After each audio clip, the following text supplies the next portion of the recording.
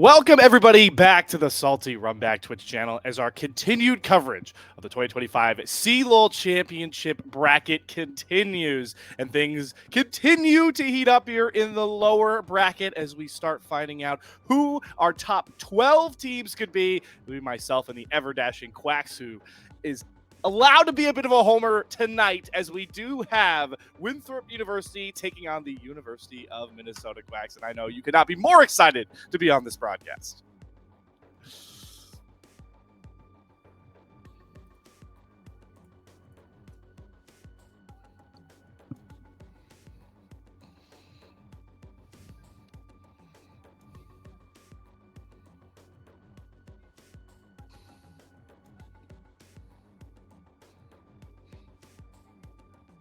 Oh, yeah.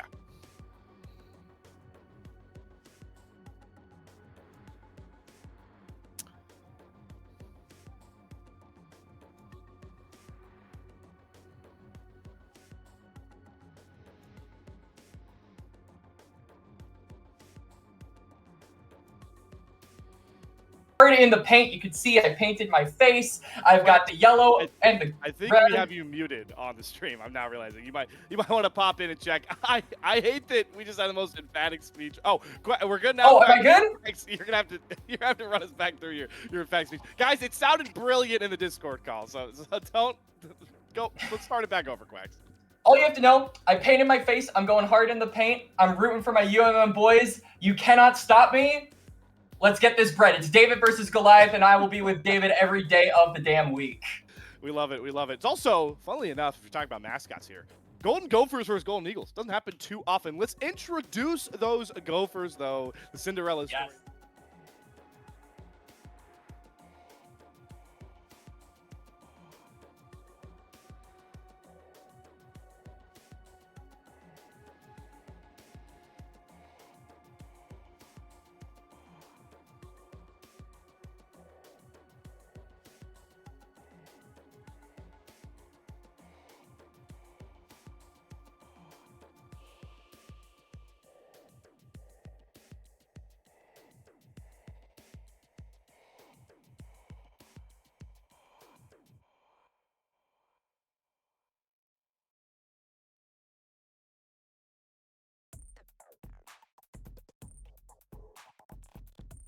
$32. This is such a big deal for the program, especially considering that they're still in the tournament. A lot of people initially anticipated this roster to instantly go down, instantly go out, but they have continued to fight tooth and nail, and now they are one step closer, or rather one step away, I should say, from completing arguably the biggest upset in CLOL history. Cinderella story at the bottom of the screen, you can see it there, and it's going to be up to Winthrop to close that Pandora's box and bring people back to reality, because people like me who love Minnesota, we're on cloud 9 at the current moment, even if we haven't necessarily won the series yet.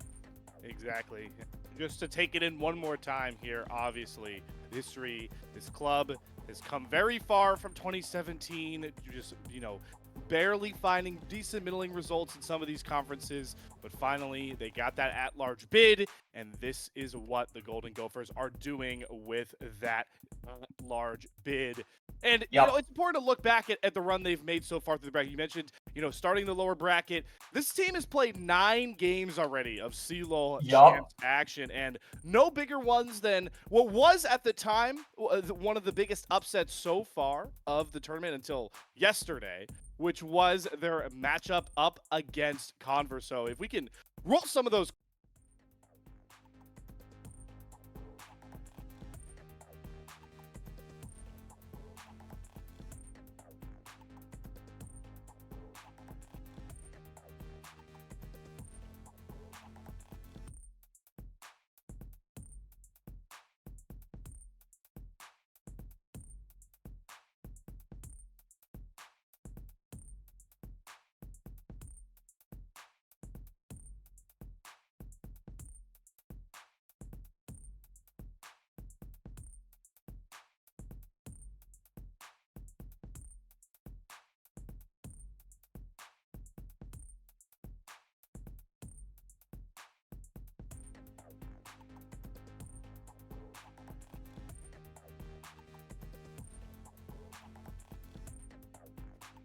Yeah, as this was a 4-game series, and a lot of this you'll see through the clips.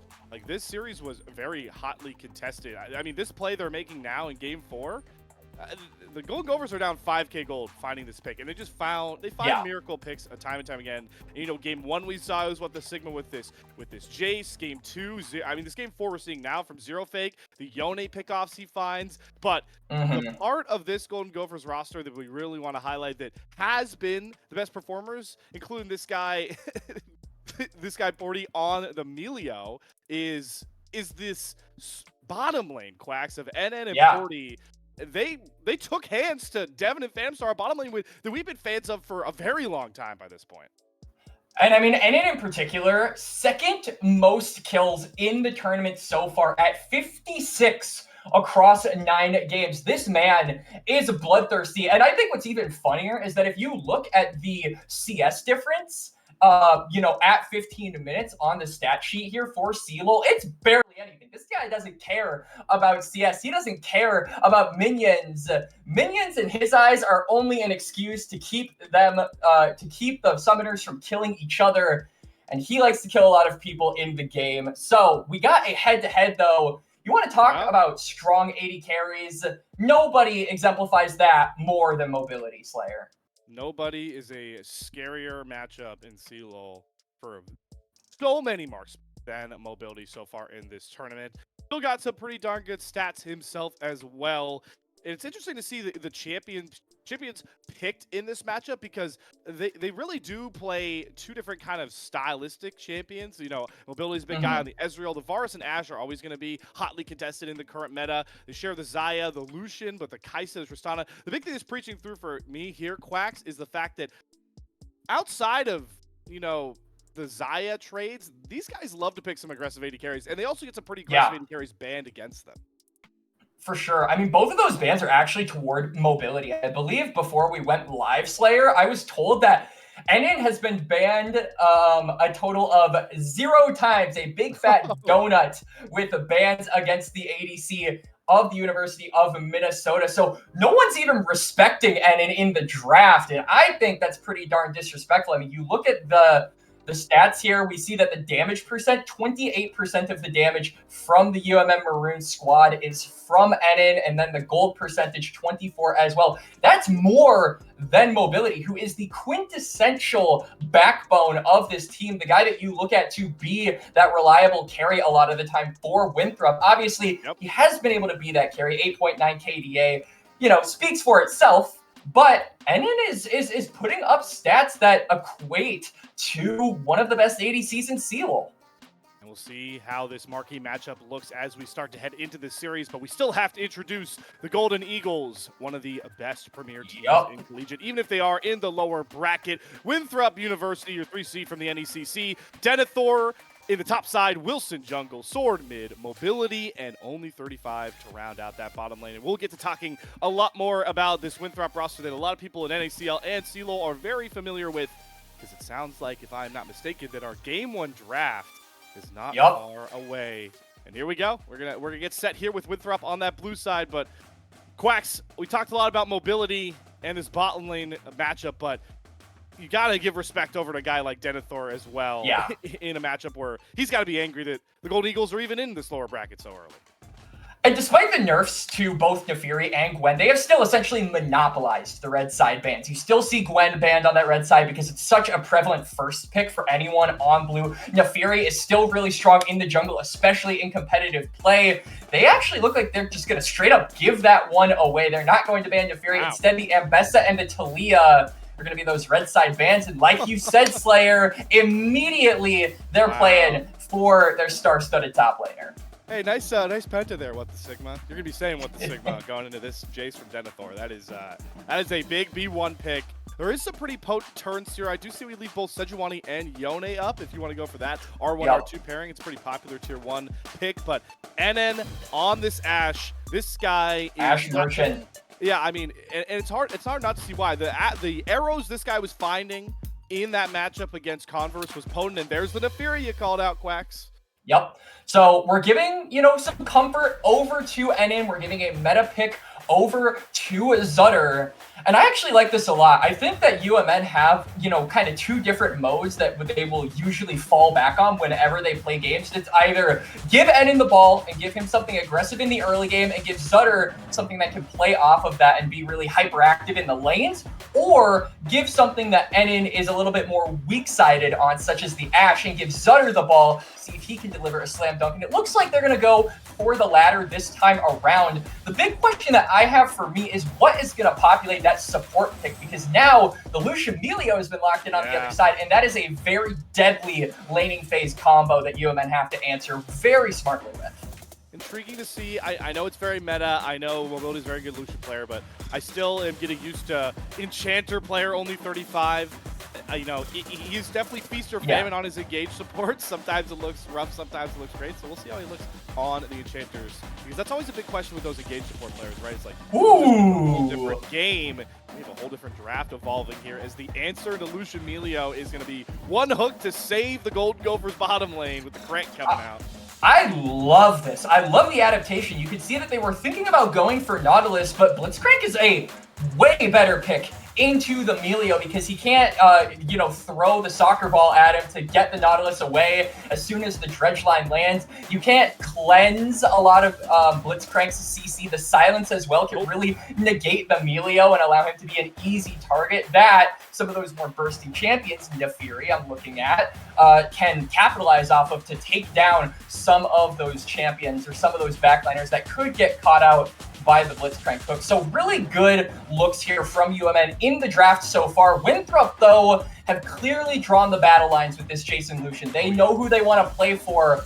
And now, my big question for them is, what are they going to put Sword on? He has been really enjoying a lot of those Roa mages. And so you do need someone to be a little bit more on the weak side pendulum, that late game insurance. And I think Sword is definitely in this current sort of situation more than happy to fill that role.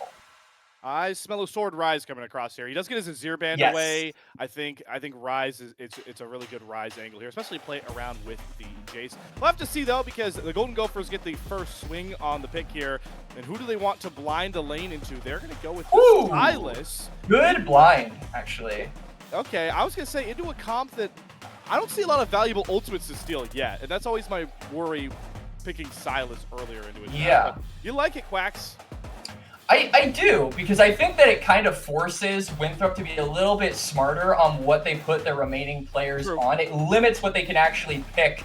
And that might be a reason why Swords Galio not get picked in the tournament.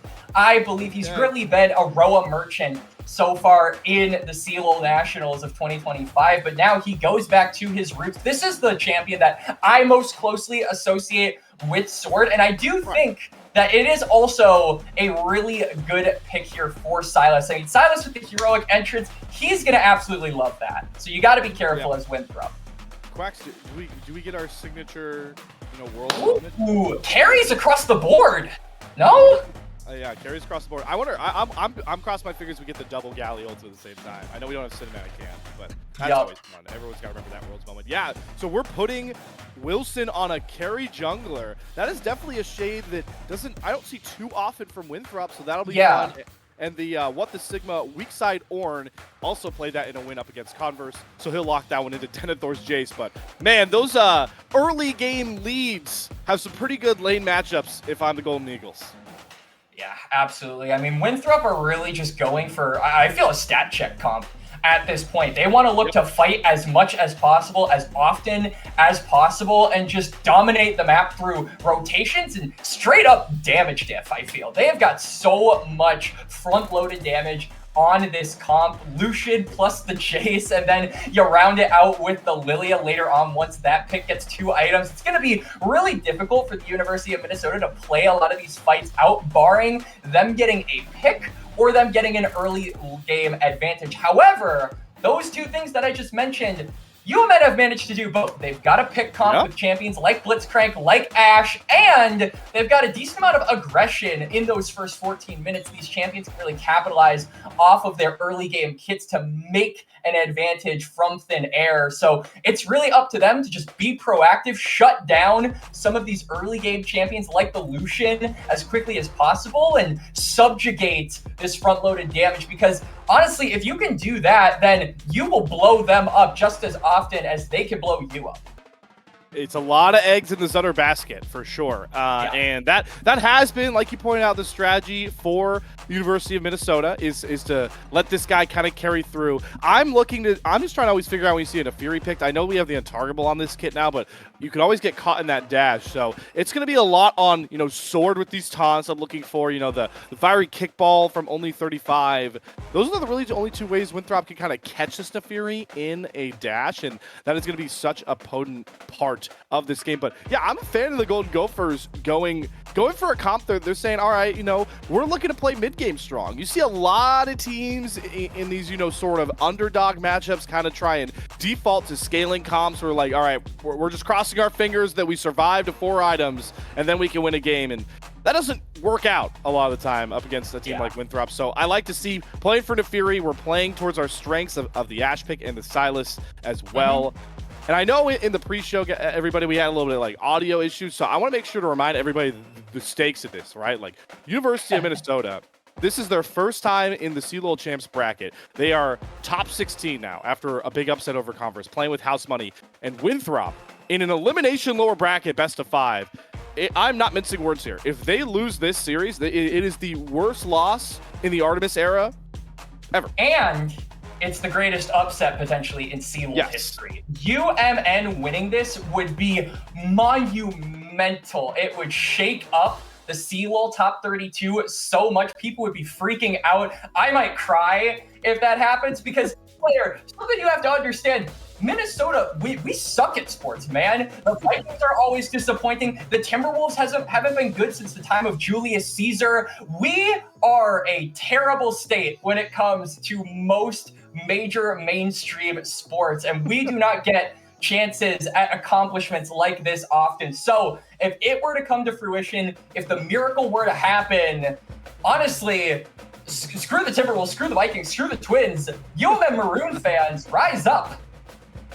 Rise up, indeed. Obviously, we talked a little about it, though. Want to really encapsulate what the Artemis era has looked like so far at Winthrop, and it has been, they've gotten big wins at some lands. ACL wins are always big. That is a huge league that's up and coming when you talk about Tier 3 Challenger leagues, but it's hard not to look at, some of these CLOL finishes, 3rd and 4th, when they wanted to compete for a title, 5th and 6th, not too long ago, even in the NACL qualifiers. It's been rough. So we talk a lot about teams. We just saw UCI. Everyone likes to say teams are cursed for their expectations, and Winthrop are still kind of looking to buck that trend, especially talking about the CLOL stage. Absolutely. It always feels like there's just been a wall in Winthrop's way when it comes to CLOL. Something has just gone awry. It's almost like, Slayer, if you've ever been a kid and you try to put like 2 magnets of the same poles together, but they just refuse to click. It always kind of feels like what ends up happening with Winthrop in a lot of these high-stake, high-pressure situations in the CLOL top 32, and it's really going to be up to them to upset those expectations, buck that trend, like you said, and it starts here. It's an arduous journey through the lower bracket, but it's one they have to take, and it's one where they're going to have to prove that through and through they are the best, because they have a long way to go. It's a long series ahead of them, and UMN Maroon are standing in their way. How strong they are, yet to be determined, but like we said, Pandora's box has been opened. The possibilities of an upset are in everybody's brain, and it's up to Winthrop to bring us back to reality.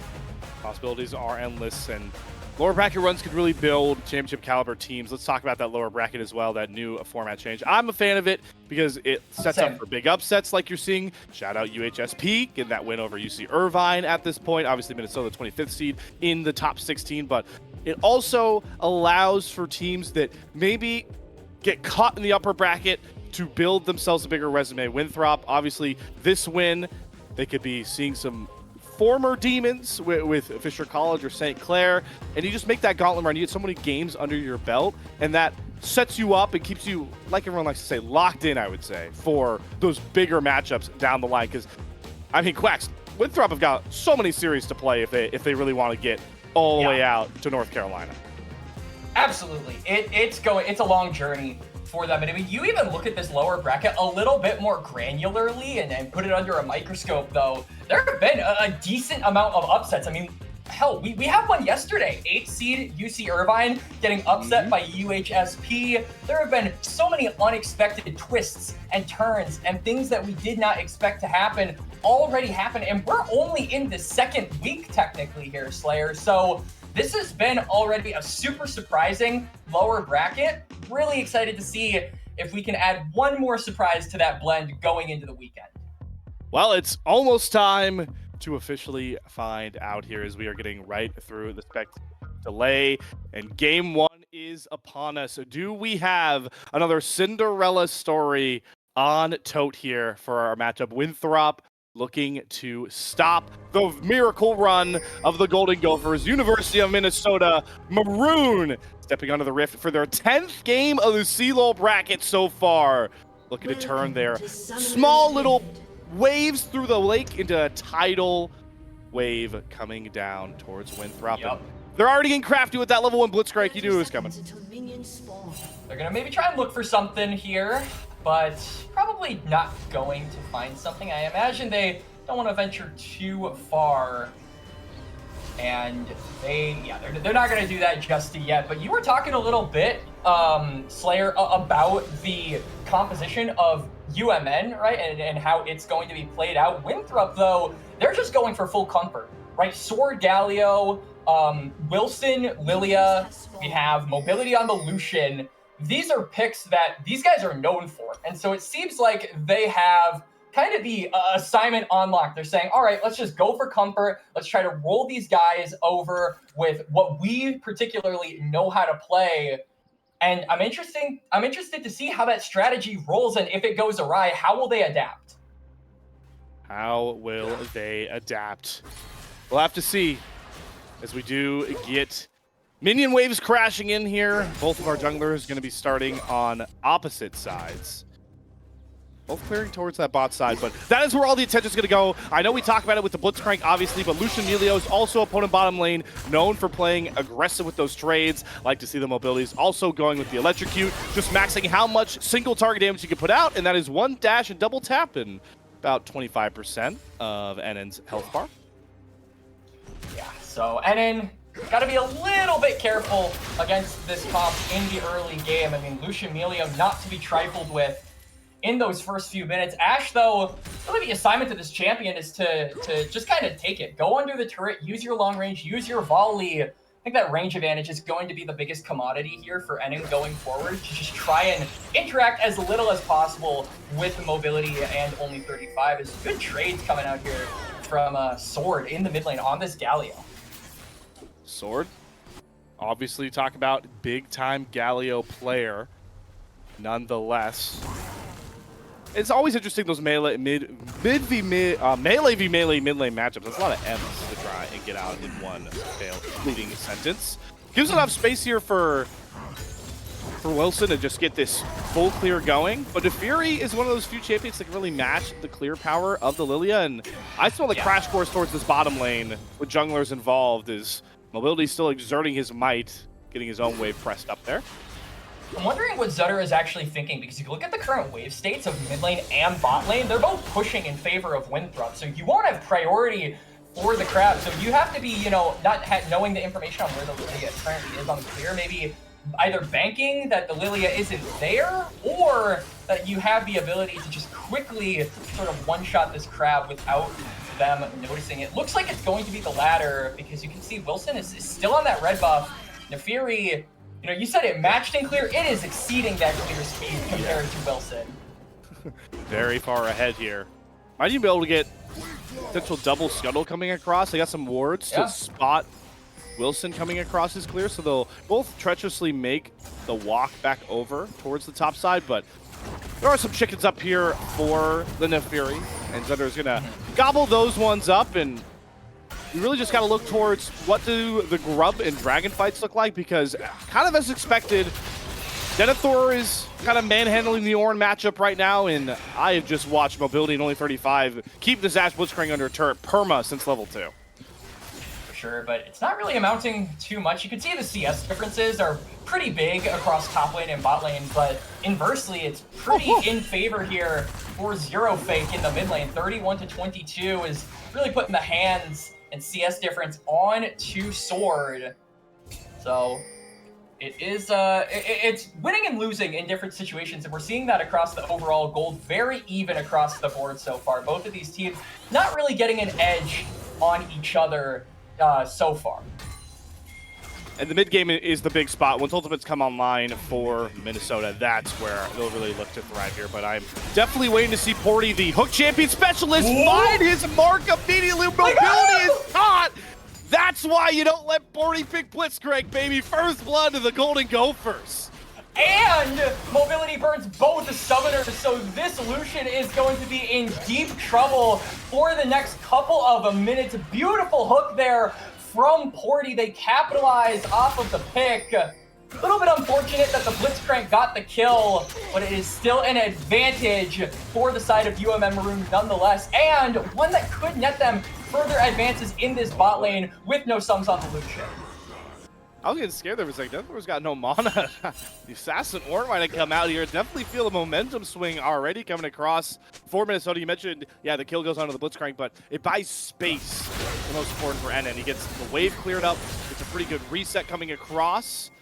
Gotta be careful here, though. If you are zero fake in the mid lane, thankfully there is a no lilting lullaby up yet just for Wilson.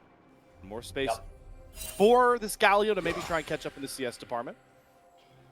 And it is definitely going to subjugate zero fake for the time being. Mid lane priority going to be there for the side of Winthrop University for the foreseeable future, though. Maybe Zutter and Blitzcrank can change that, but they just don't really have an angle into that mid lane. You can see that Ward is doing a good job at protecting Sword and allowing him to continue pushing up. Also pop the space here for Wilson, just get on the grubs. Lily are really good at clearing the first set of grubs. Already done here. We're going to see Zutter trying to find the response onto this first dragon. Will be spotted on this clear. The question now becomes how aggressive do Mobility and only 35 really want to go? Maybe just gaining the info that the classic trades can come across. Oh my god, hold on. Sword, hello! Alright, Burning flashes. Nearly finds the kill under the turret. Bowling ball inches away from finding that kill onto Fake, but only Summoners burn for now. Good flash trade coming out there from Zero Fake. Honestly, really good from the Silas. He chunks out the Galio. You can see Sword very cautiously had to push that wave in. If he had stayed for just a couple of seconds longer or delayed a little bit, it would have been the dive immediately onto him. But luckily, he manages to avoid the biting of Nefiri and of Zutter. But it is still that one kill going over to UMN Maroon, though they don't have the gold. Denethor, the wave ran way too thin for you to be hanging out that close to the turret. He has flash. He's gonna go for it.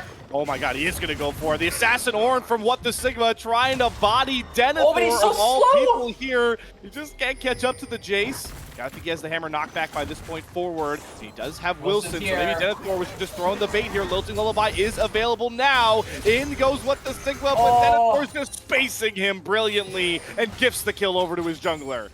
Denethor getting that just slightly enough movement speed from the Hextech gate, manages to outrun the slow 400-pound Ram demigod.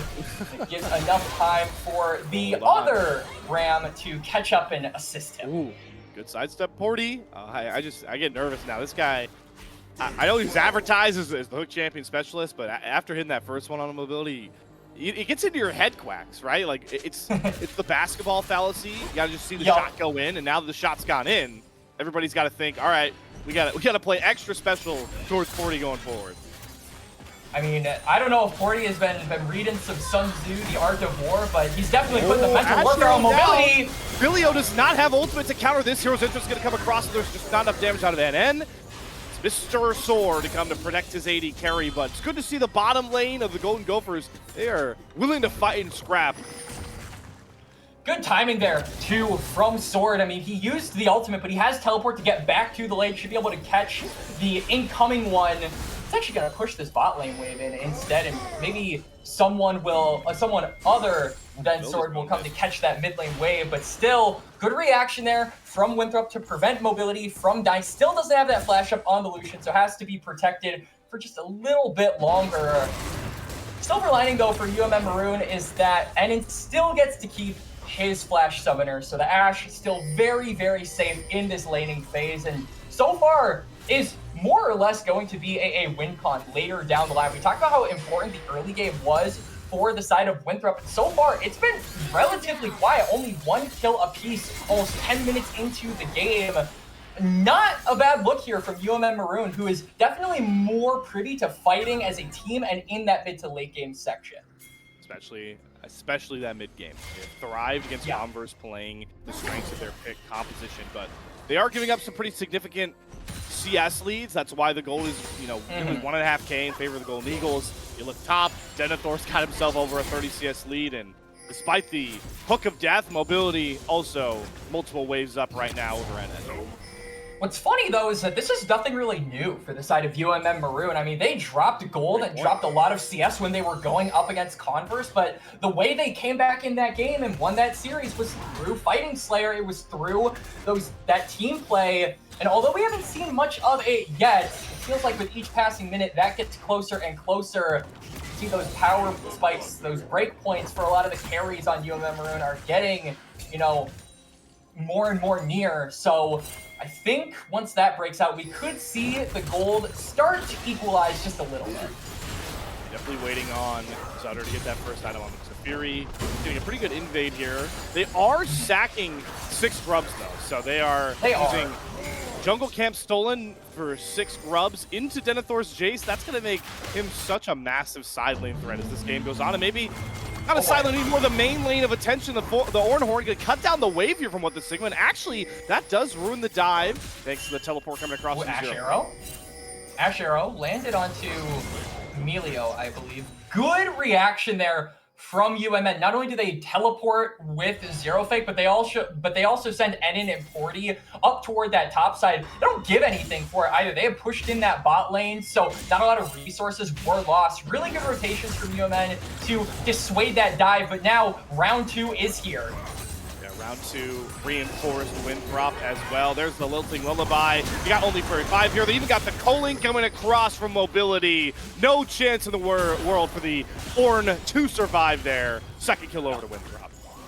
And you can see it's what the Sigma just getting targeted in this game. 0-2 on the Ornn. Not the worst champion, though, to go 0-2 on. You're not looking at Ornn to be the big carry, the guy that will carry the team to a victory and put them on his shoulders. He's definitely more of a supporting piece, but I feel like it is definitely still good for Winthrop because they're getting gold over toward that top side. It's a kill over to Wilson. Yeah. It's a kill over to Denethor.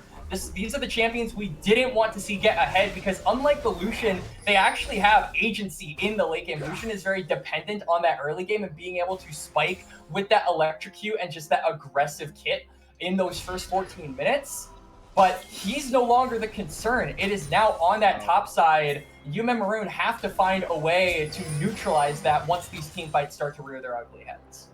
Denethor Diff has been prominent for a very long time in CLOL as one of the premier top laners. They're already showing why. Mark on this series, 6 grubs. He's got the Spear of Shojin done. He's got a serious CS lead, so glad you called that out. For a comp that has, the agency of an Ashe Arrow and Blitzcrank, would like to see it. Denethor punished in these side lanes. Because we have a ton of first items coming across here, and the Roa coming through here for Zero Fake, who is also looking to kind of play for later stage Silas Gaming. Oh my god. Mobility! Oh, he's got the confidence, though, with Emilio ultimate. He's got the whole team behind him. Burns the barrier just to stay alive, but that is Ennet's flash down. Here comes the Ornhorn, and it goes wide. As we all say, what the Sigma to what the Sigma for that ultimate. No kill being netted from that mid lane play, but still a good look there from Porty. Mobility having the confidence to go for the trade, but honestly, you burn Emilio ult, you burn your barrier, you burn the flash as well from your mid laner, so a lot of resources were burned in order to keep you alive. I really feel like that's not worth it at the end of the day for the side of Winthrop. So UMM, we're gonna have to see what they can do with that. I mean, there's no Dragon coming up for 30 minutes. The Herald isn't gonna be up for a good amount of time. If there was a time to just throw yourself at the enemy team, I honestly think Winthrop chose a good frame of time to do so. And the important thing is, right, when Winthrop keep this maroon side stuck in the mid lane, like kind of scrapping. They're just buying so much time for Denethor. Nobody can confidently match Denethor 1v1 the side lane. So he's gonna start knocking down turrets. This bottom lane tier 1, not long for the world, and that's just gonna continue to cascade a gold lead through what has now become the mainstay carry for this Golden Eagles composition. And they're even gonna overload it with only 35. Wilson perfectly, another turret down. Winthrop have more gold in their hands. Winthrop, like you said, overloading the sides, really putting just the pressure on UMN to respond, and they haven't been able to do so. I mean, the entire time while that was happening, the UMN members were either doing their own thing or going for a reset. So the timing here from the Golden Eagles has been immaculate. It's netting them just these granular sort of gold upgrades or additions, and it's equalizing into around a 3,000 gold lead for them so far. UMN haven't had the opportunity yet to go for those fights, despite getting on those one-item breakpoints. Like you mentioned earlier, Slayer, they have been significantly stifled in their ability to just go in and be aggressive. Ooh, good sidestep there from Mobility. Porty doesn't get the best of him this time. That hook would have killed Mobility under turret once again. Stay safe this time around. That's Ash Arrow down. That's more time for Winthrop to kind of just chill and lean into that side lane and Demon Denethor threat. And I love how aggressively Mobility and Only 35 are positioning here, and the teleport as well coming out from Sword. They plan to push this wave in and then immediately transition likely into a Herald. Either that or they're just going to straight up overload mid and try to take this turret. We got Denethor here. Porty lands the hook, but expertly canceled by the dash. That Sword showing off why he's such a Galio, elite Galio player. Absolutely. Galio managing to, like you said, negate and cancel out that, but like you said, the priority in mid, allowing Winthrop to rotate toward that topside objective. And UMN Maroon really in no position to contest this. They don't have vision, they don't have pressure, they don't have the damage as well either. And this should be a good transitioning piece here for Winthrop to place it in the mid lane, knock down this turret, and then take control of that bot side river, a place that UMN Maroon have been starkly controlling for the past couple of minutes. Should give them time to clear that out and threaten the dragon and stop the soul stacking in its tracks. It is calm and calculated right now as Winthrop are really just going through the motions. But now maybe they're looking to fight. Here's the top Lancer Sword on the back called NN. Safe for now, but they lose their mid-tier 2 turret. And Denethor now could go forward, hunting for some of these kills. But look at the flank from the Golden Gophers. They've got everybody behind. Sutter and Zero Flake flying on in, looking to find the kill into Wilson. Wilson's alive! Out. Mobility drops the pulling right into the face of the Lord. Watch Mobility fly, but watch him drop to Sutter and then the Fury. It's got to be on Denethor. Can Porty get the knockup to try and buy space for Sutter? But Sutter has no chance in the world because Denethor just dropped the hammer. Give him the triple ace over to the Golden Eagles.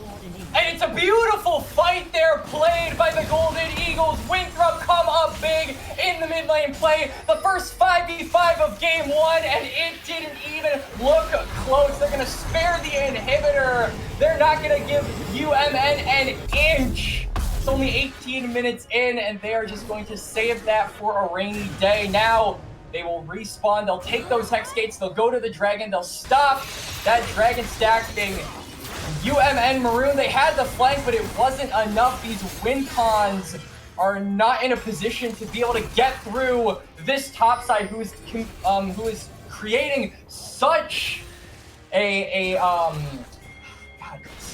just a big win con for them. It feels like the confluence of the Jace plus the Lilia comes together, and UMN Maroon really have no response. Maybe desperation becomes their response by the flag. They will try and play for that big win con of Hex Tech Soul. Winthrop, weapons go sliding away inside one. Might be a 50 here from Wilson, but looking forward on the backline, and it does flash out to safety. The Dragon below 2K, but Wilson steals it away. The hero's entrance, hijack means nothing. Denethor nearly finds the goal to end it, but what a clutch hook from Porty. And it does get out to safety. Hits the Ash Arrow onto Wilson. Is there enough damage to find this kill? That's the top side of Winthrop dropping. And that means there's got to be Mobility trying to step up and somehow, through the dust, through the smoke, Golden Gophers find themselves the kill lead in that fight. And they find the most important members as well, Slayer. It's a kill onto Denethor, a kill onto Wilson. They finally got some crumbs to work with. They lost the dragon. Not the end of the world. It's only the first one going over to Winthrop. But still, Winthrop firmly in control of this game, about 5,000 gold ahead despite that fight, despite losing their top side. I have to think they're not too disappointed about that one. It just kind of felt like they weren't on the same page. They were split. Zutter was really in that backline, so they had to pay a lot of attention to the Neferi, and that left some of their members out to dry.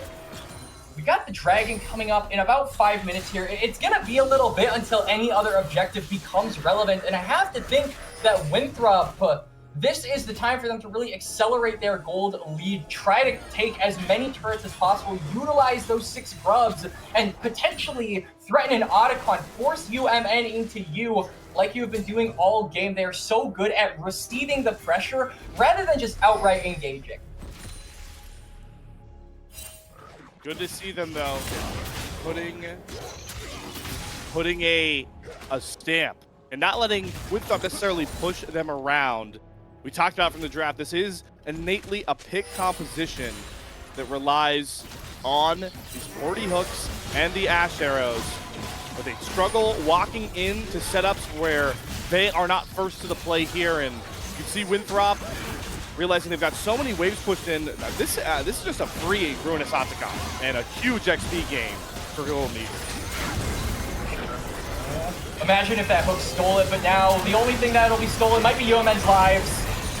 Oh my, yeah, they've got all the action down, but it's actually Wilson that gets picked up by another big hook. In it comes the Silence with the hijacked ultimate. Denethor on the backside is getting grunted, but there aren't the kills coming across. They do drop mobility, and now they've got NN free firing. Denethor is caught trying to jump in to find the kill. Here comes the goal. They've got all the kills lined up, and they win themselves another big fight.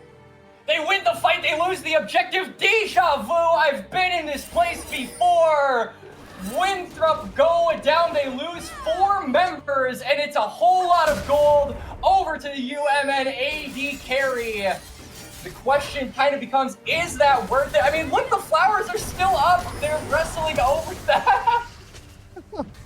It's a flash at only 35.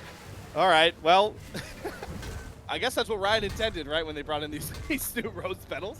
Man, thank God they are fixing that in the next patch. I really hate the rose petal mechanic. You have to spend a whole, country year having to farm those things up after spending double the amount of time taking the actual Otacon, who I swear is more tanky than the Baron. It is certainly an objective of all time, let's put it. But speaking of objectives, it's now 2 apiece for those mid games. It's a dragon and an Otacon over to Winthrop, and then 2 dragons over to the University of Minnesota. If they can continue to, play through a lot of these fights, if they can continue to win out on a lot of these fights, I feel like UMN have a very real possibility of coming back into this game. If they can just get a 3rd dragon, they can threaten that soul and potentially get themselves a late game win comp, where they seem to be falling behind in the late game.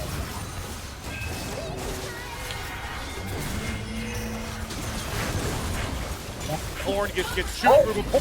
It's another clutch plug into the Ash Arrow. That's the golden go for bottom lane. Finding the picks they need again, just like they did against Converse. I mean, this is what they do, right? They trade 1 for 1. They go crazy. This is such a fun team to watch because of how they play the game. They're so unbelievably bloodthirsty. They're willing to sacrifice a pawn to get a pawn. That is some fun League of Legends to watch, but it seems like Winthrop won the Queen or the Kingslayer. Oh my God, Zero Fake is down. Yeah, that's still a 2-item Lucian hitting like a truck. Yeah, I mean, we talked about it. Mobility wasn't having the most flashy of early games, but this Lucian still having, 2 items is a massive threat. There's no way to sugarcoat it, and now UMN are actually going for a very interesting trade here. I have to think that this is likely double inhib because the mid lane is exposed here for the side of Winthrop over the dragon. So it's sole point for UMN, but it's a whole lot of territory being claimed here by the Golden Birds. And I feel like this just makes it super difficult to get that fourth dragon as well, because you're going to have to be dealing with super minions on two sides of the map, and that's the opposite side than where the dragon is spawning. So it feels like it is going to be an arduous job for the University of Minnesota for the next 5 minutes until those inhibitors respawn. Interesting to see how they play that out. We'll have to see here as Porty having a flash away from mobility. Lilting Lullaby is going to come down onto the Nefiri. Do the Golden Gophers want to push through this chokehold? No, says what the Sigma. Drops the Oran Horn as well. Everyone's flying. Bodies are filing to the wayside, but it's the Minnesota again burning through the front line. Wilson's picked off. Sword is down. Maroon Squad will just not quit, and look at how Sutter flies on in, trying to go after mobility. They have the hijacked hero's interest. They want mobility's number, but the abscond abduct will not land. Mobility's shifty, but he's not shifty enough for Porty, who hooks him to his demise. It's just got to be the shoulders of Denethor the Golden Eagles lean on, and Denethor, he's hunting. He's got these advanced shock blasts. He's hitting like a truck himself. Topsy-turvy again from the fight, but this game is anyone's to grab.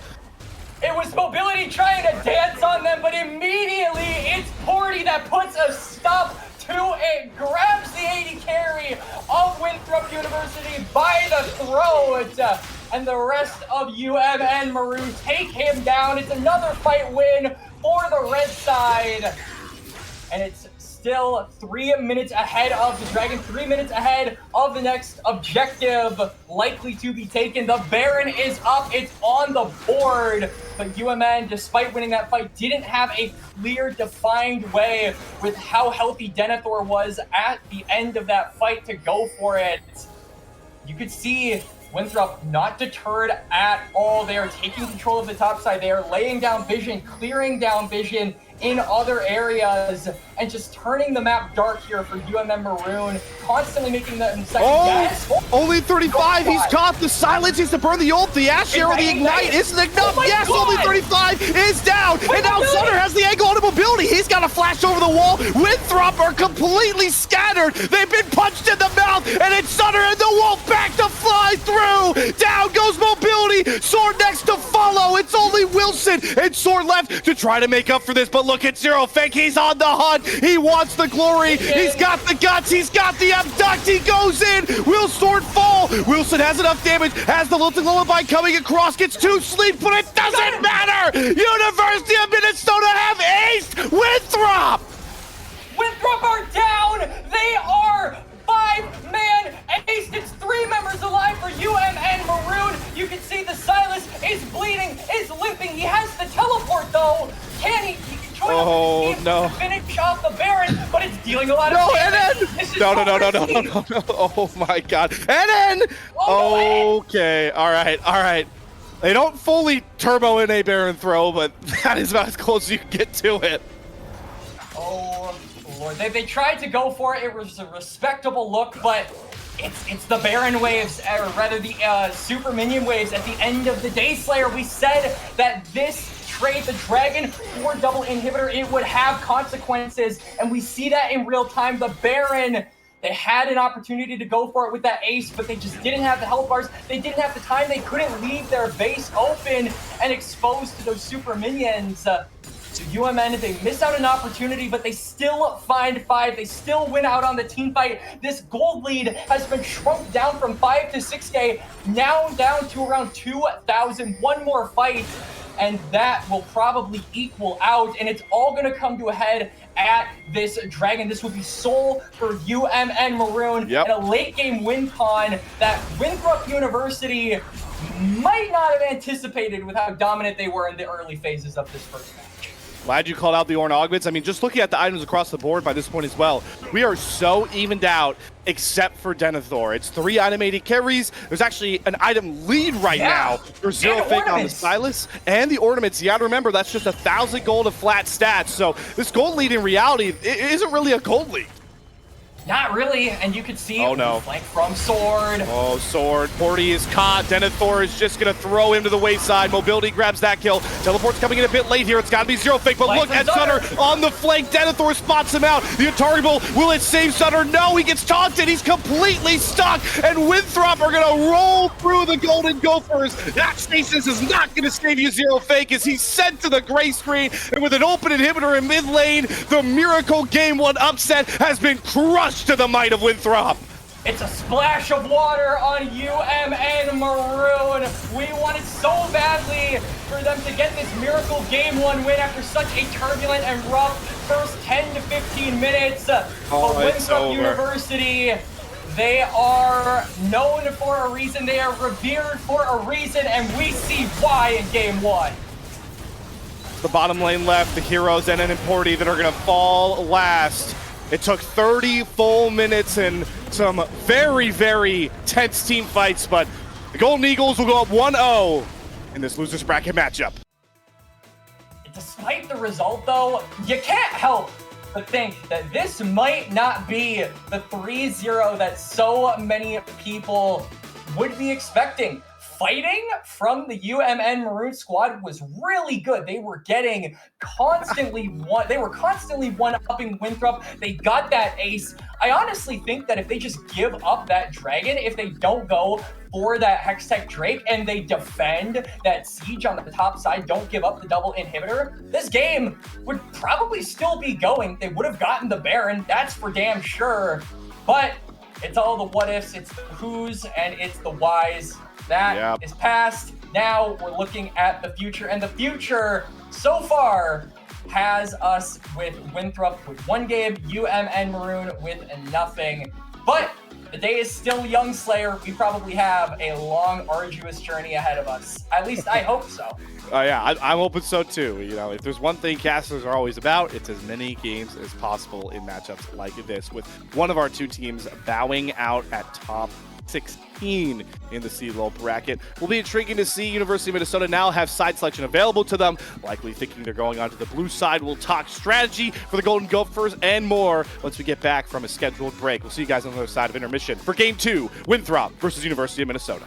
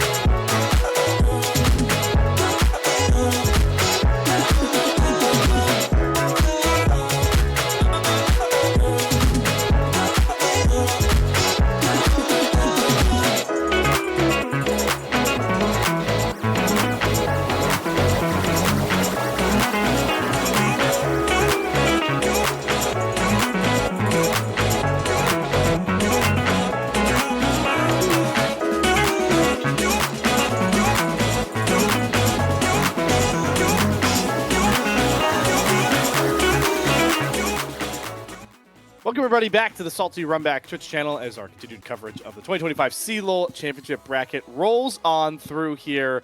The very fun matchup between a Cinderella story, Dave versus Goliath. Whatever metaphor you want to use is going down here. Winthrop in the lower bracket taking on the 25th seeded University of Minnesota. And game one made the seeding seem a lot closer than we thought here, Quacks. That game was competitive.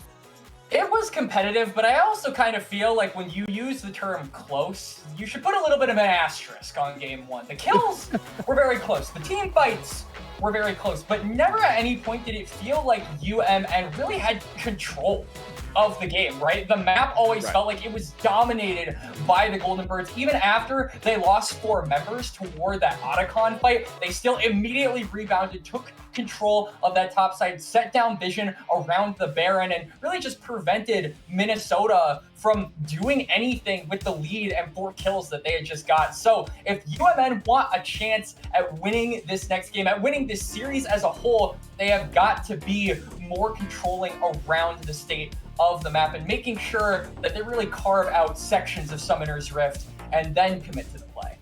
You guys are taking notes right back there because Quack just put on a lesson see if UMN adopt any of that, as they've intriguingly decided to stay on the red side with side selection. And bans are already starting to warp a bit here. We have an Abessa ban coming through for the first time. We get a Yasuo ban as well. This is getting spicy already. I think Abessa was banned in game number 1. It was just the last ban, so they're changing up the order. Gwen is still taken off the table.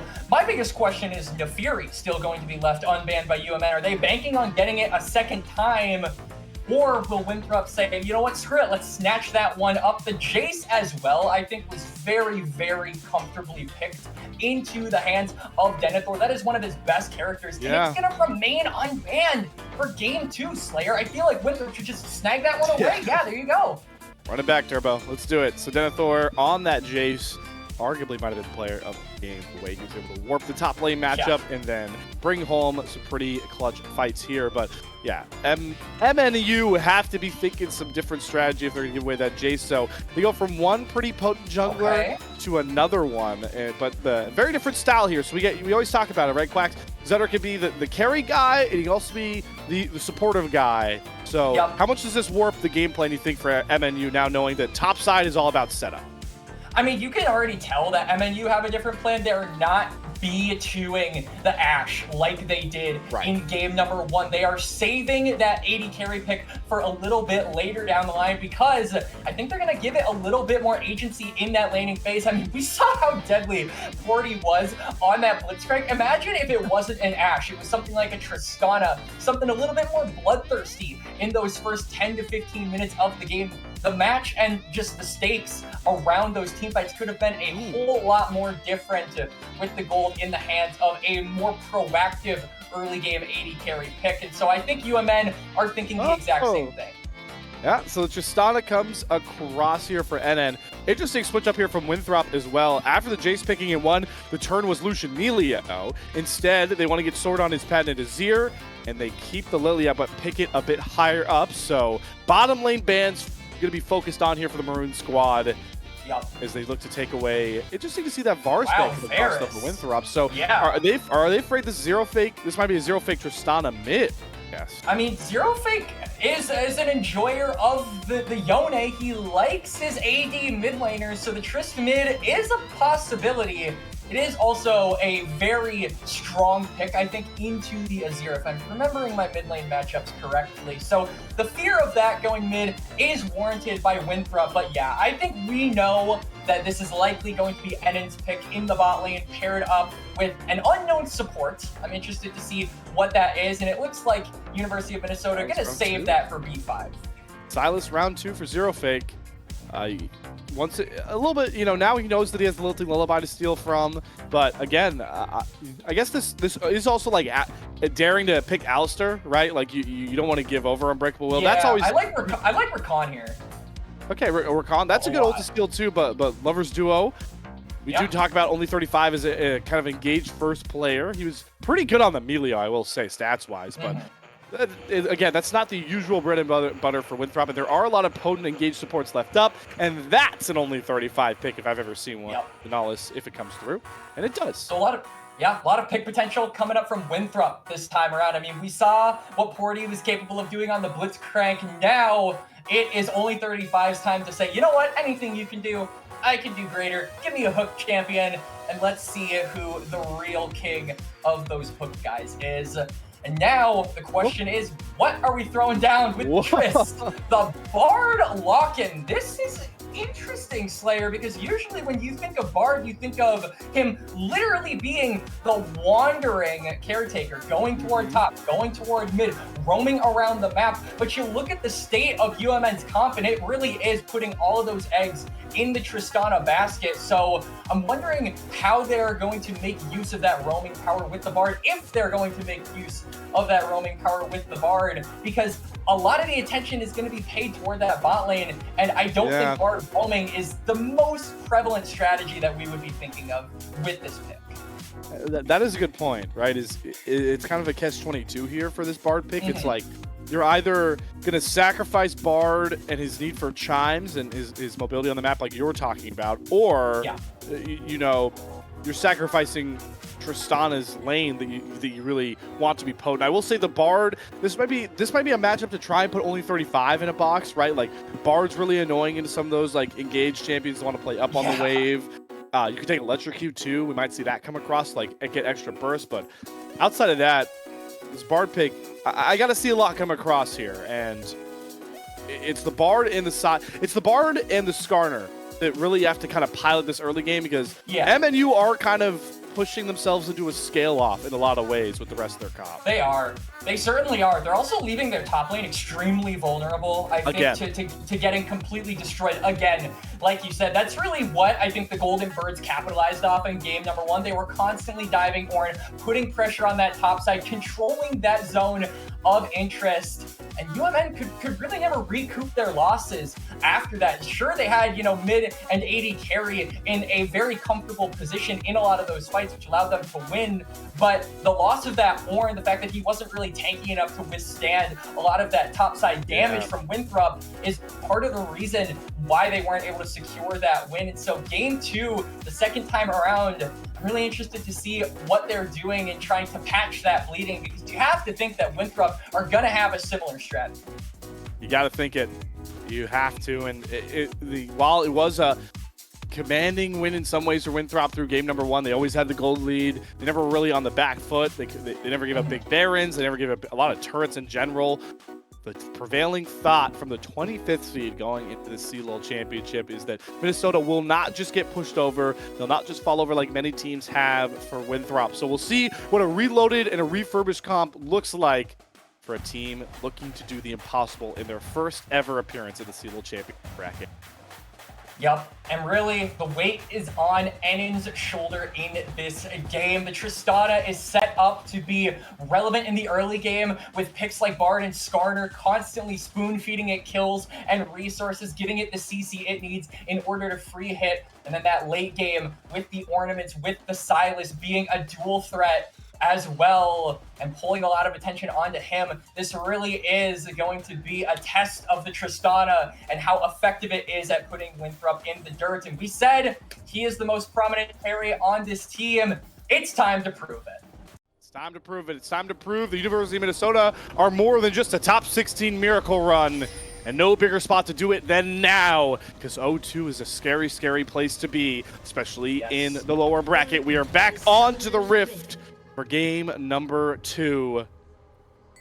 And I'm excited. I'm excited to see exactly what this Bard wants to get up cooking, because there are no more fun players to watch than Bard players. I'll die on that hill. I mean, hey, if I wasn't a jungle main, I would be a support main, and my favorite support to play by a country mile is Bard. So you won't find any disagreements with me on that statement. Love this champion to death. Super fun to witness and competitive as well, simply because of how dynamically you can play this champion. There are so many different styles of Bard. He literally is the embodiment of, they can't know what you're doing if you don't know what you're doing. Look, see, he dodges the hook. I don't know how. Only 35. He's flashing forward to get the root nonetheless. And the slippery Bard does have to expend his flash as well early. So it ends up being a trade of those summoners, but the Bard hijinks have definitely confirmed started for Porty. So flash for flash burn, but only 35 has the Hex flash, so won't be feeling too bad about that trade, and it is going to be up to Bard to just say, all right, let's hold back a little bit. It certainly does put a stopper on that aggression from the duo of UMN. We're putting a stopper on the game really quickly. I know you guys, some of you guys picked it up in game 1. You guys notice it. We know you do. We know you do. Yeah, we had only full champion names in game 1. Riot told us we pushed through.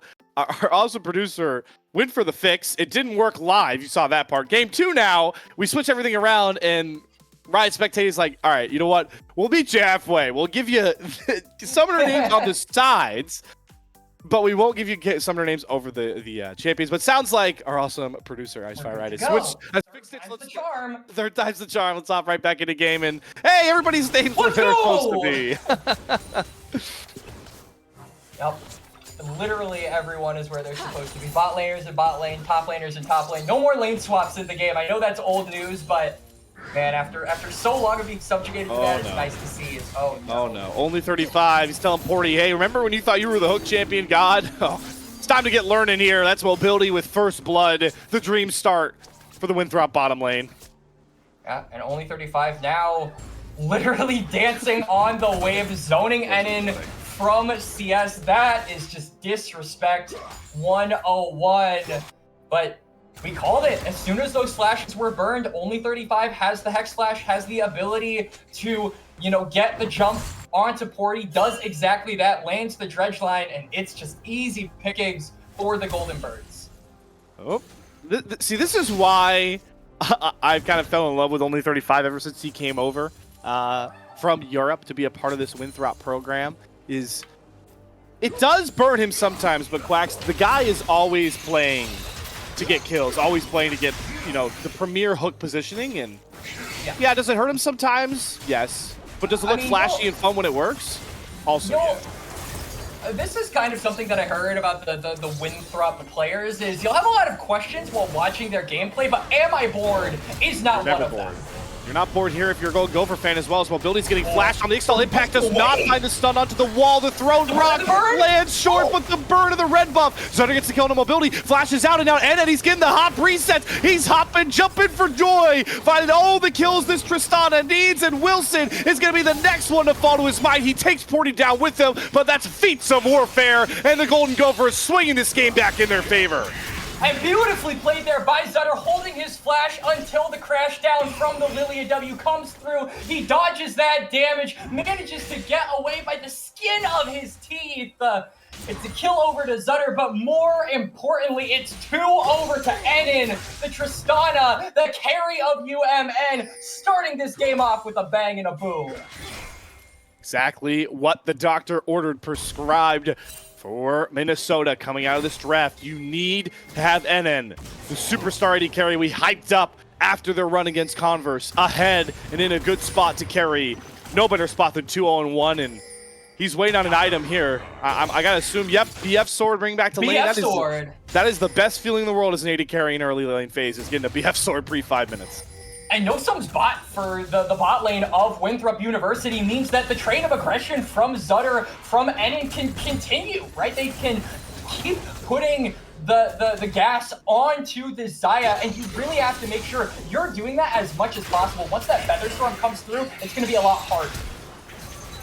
Ooh, flash is coming out there from Zero Fake as Wilson nearly trying to give Sword the advantage. He does burn the flash to get it, but that Sword now with the critical kill, so both scaling threats on both sides starting to get early kills, but they're diving on Enin. He does have the barrier. Only 35 sticking down. The hop is so well placed from Enin. He's hopping around and making it so hard for mobility. Find the shutdown. He gets it, but it's Sutter there to cover him, and it's another advantage to the Golden Gophers. But I honestly feel like that is worth it for the Golden Eagles instead. I mean, look at the CS difference between mobility and Enin. Sure, the wave is picked up by Zutter, but it's still gold denied away from the Tristana at the end of the day. This could prove to have some pernicious effects, I feel, for the side of UMN's bot lane, but only time will tell. For the time being, though, it is still the Golden Birds ahead in gold at the current moment. It just feels like that mid lane play was really well played by only 35. He's just sticking this guy in place. If that was an empowered teleport, only 35 might have actually got Sword another kill, but unfortunately TP timer is way too long. Maybe it was just Zero Fake throwing a bit of his own fake there to get the dragon set up, and how the portal comes across, caught out of the dredge line is Zutter. Do they have enough damage to get through the level 3 Nautilus? Because Wilson is here looking to trade Porty out himself, but it's Enin on the first row. Now Wilson, you're in trouble yourself. Got the flash, gonna have to burn it over the wall. Winthrop looking scattered, and it's the stolen Emperor's Defy. Zero Fake gets his highlight play, hijacking Sword's own kit. And Zero Fake in the Scorpion voice says, "Get over here, Sword," and he takes him right down. It's a dragon. It's a couple of kills to boot. UMN are looking very strong in this early game. It's 4 kills to 7. The gold lead still relatively even. Or hang on, the Golden Gophers. Wilson's here. Wilson's here, come around for the flank. No ultimate though, no flash, so this Lilia not really having a ton of gank power. The portal comes across Enin though. He should burn to the poison. One more auto for Wilson and they pick up the kill. Down goes the Tristana once more. Tristana goes down. You can see Wilson and only 35 maybe looking for more. The bowling ball will actually land, but Only 35. do not think. Yeah, he's looking for kills. Guys, But, I died mean, 2-2 turret.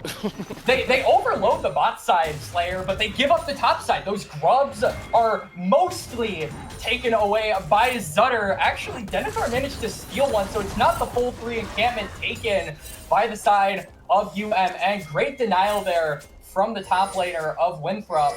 But still, advantages are being netted. Cross-map plays are being made here by the side of UMN. I love the adaptation. What is he doing? He's trying to maybe pick off NN with Wilson there, but now he's to run through the turret. Only 35. Oh, the dichotomy of the Winthrop support just burns them to the ground. Those are 2 freebies. Literally on a silver platter, Winthrop. I really want to know what the comms were during that play, and then immediately after they die, what the reaction was. That's like a solo queue play. That's like a solo queue play. That's a solo queue play. But I mean, the results for UMN are absolutely immaculate here. As Sword has the Emperor's Divide, maybe looking to 40. 40, you came to the wrong lane, buddy. Turret gets the job done. This is why you banned Swords Azir, and UMN are learning that was the mistake they made in the Game 2 draft. 15 kills in 8.5 minutes. Basically 2 kills a minute here so far, Slayer. This is a all gas, no breaks, lower bracket, best of 5 Game 2. It's exactly how I like it. It's probably exactly how UMN like it, because despite that kill in the mid lane going over to Sword, I have to think that UMN having 4 kills over to NN and 3 to Zutter is very beneficial for them.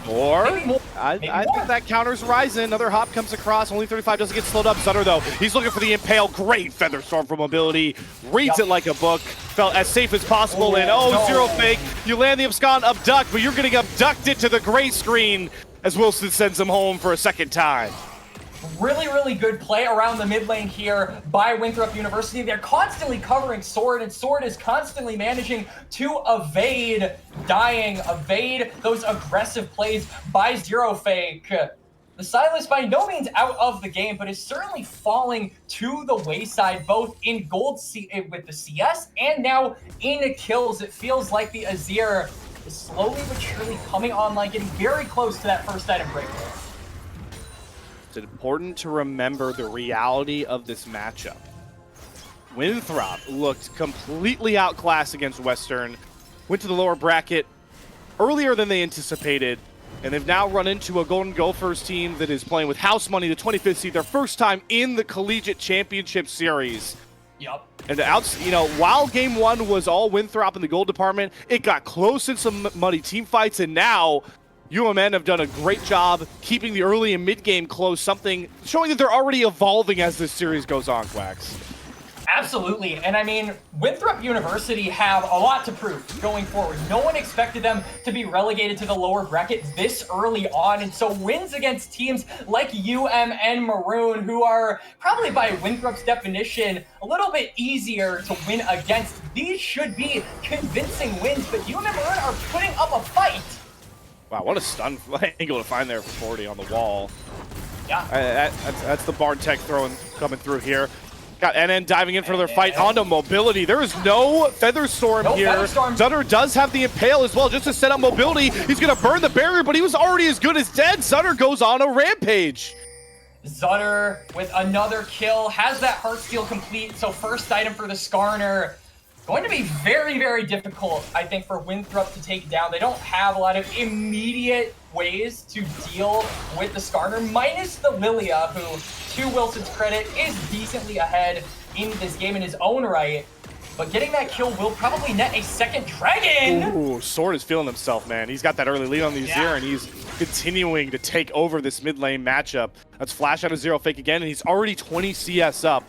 So a ton of that gold lead for Winthrop might just all be in the mid lane matchup right now. I mean, the CS difference really is the biggest concern, right? Kills are going the way of UMN Maroon, but you look across the board, 40 CS difference in top lane, 20 in bot lane, 20 in mid lane. The only, matchup that is even is the jungle.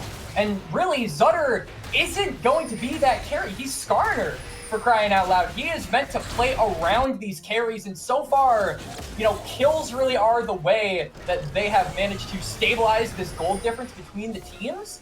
Once that runs out, they'll be running on empty, and they have to find other ways to maintain that gold difference. Quacks, I do like the upgraded neutral objective trade as well in this game, right? Last time we saw 6 grubs given away for the 2 drakes, and that was really what hurt them when the inhibitor push came across. Now it's 4 grubs, but you still have the dragon stacking available as that win con for University of Minnesota once more. It's definitely better from UMN this time around.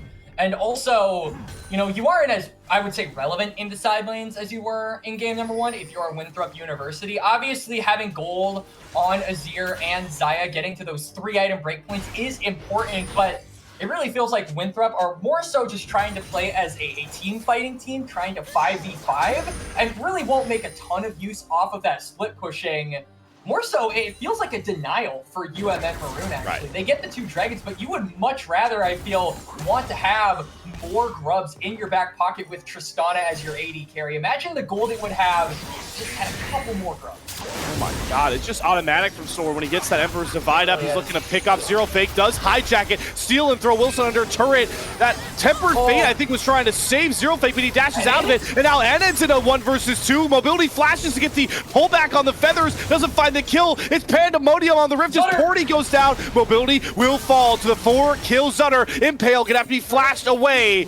We're fighting on all fronts, but it's Wilson and Winthrop that come out on top of that one, 2-1. It's 2 for 2, but a lot of gold over to Wilson.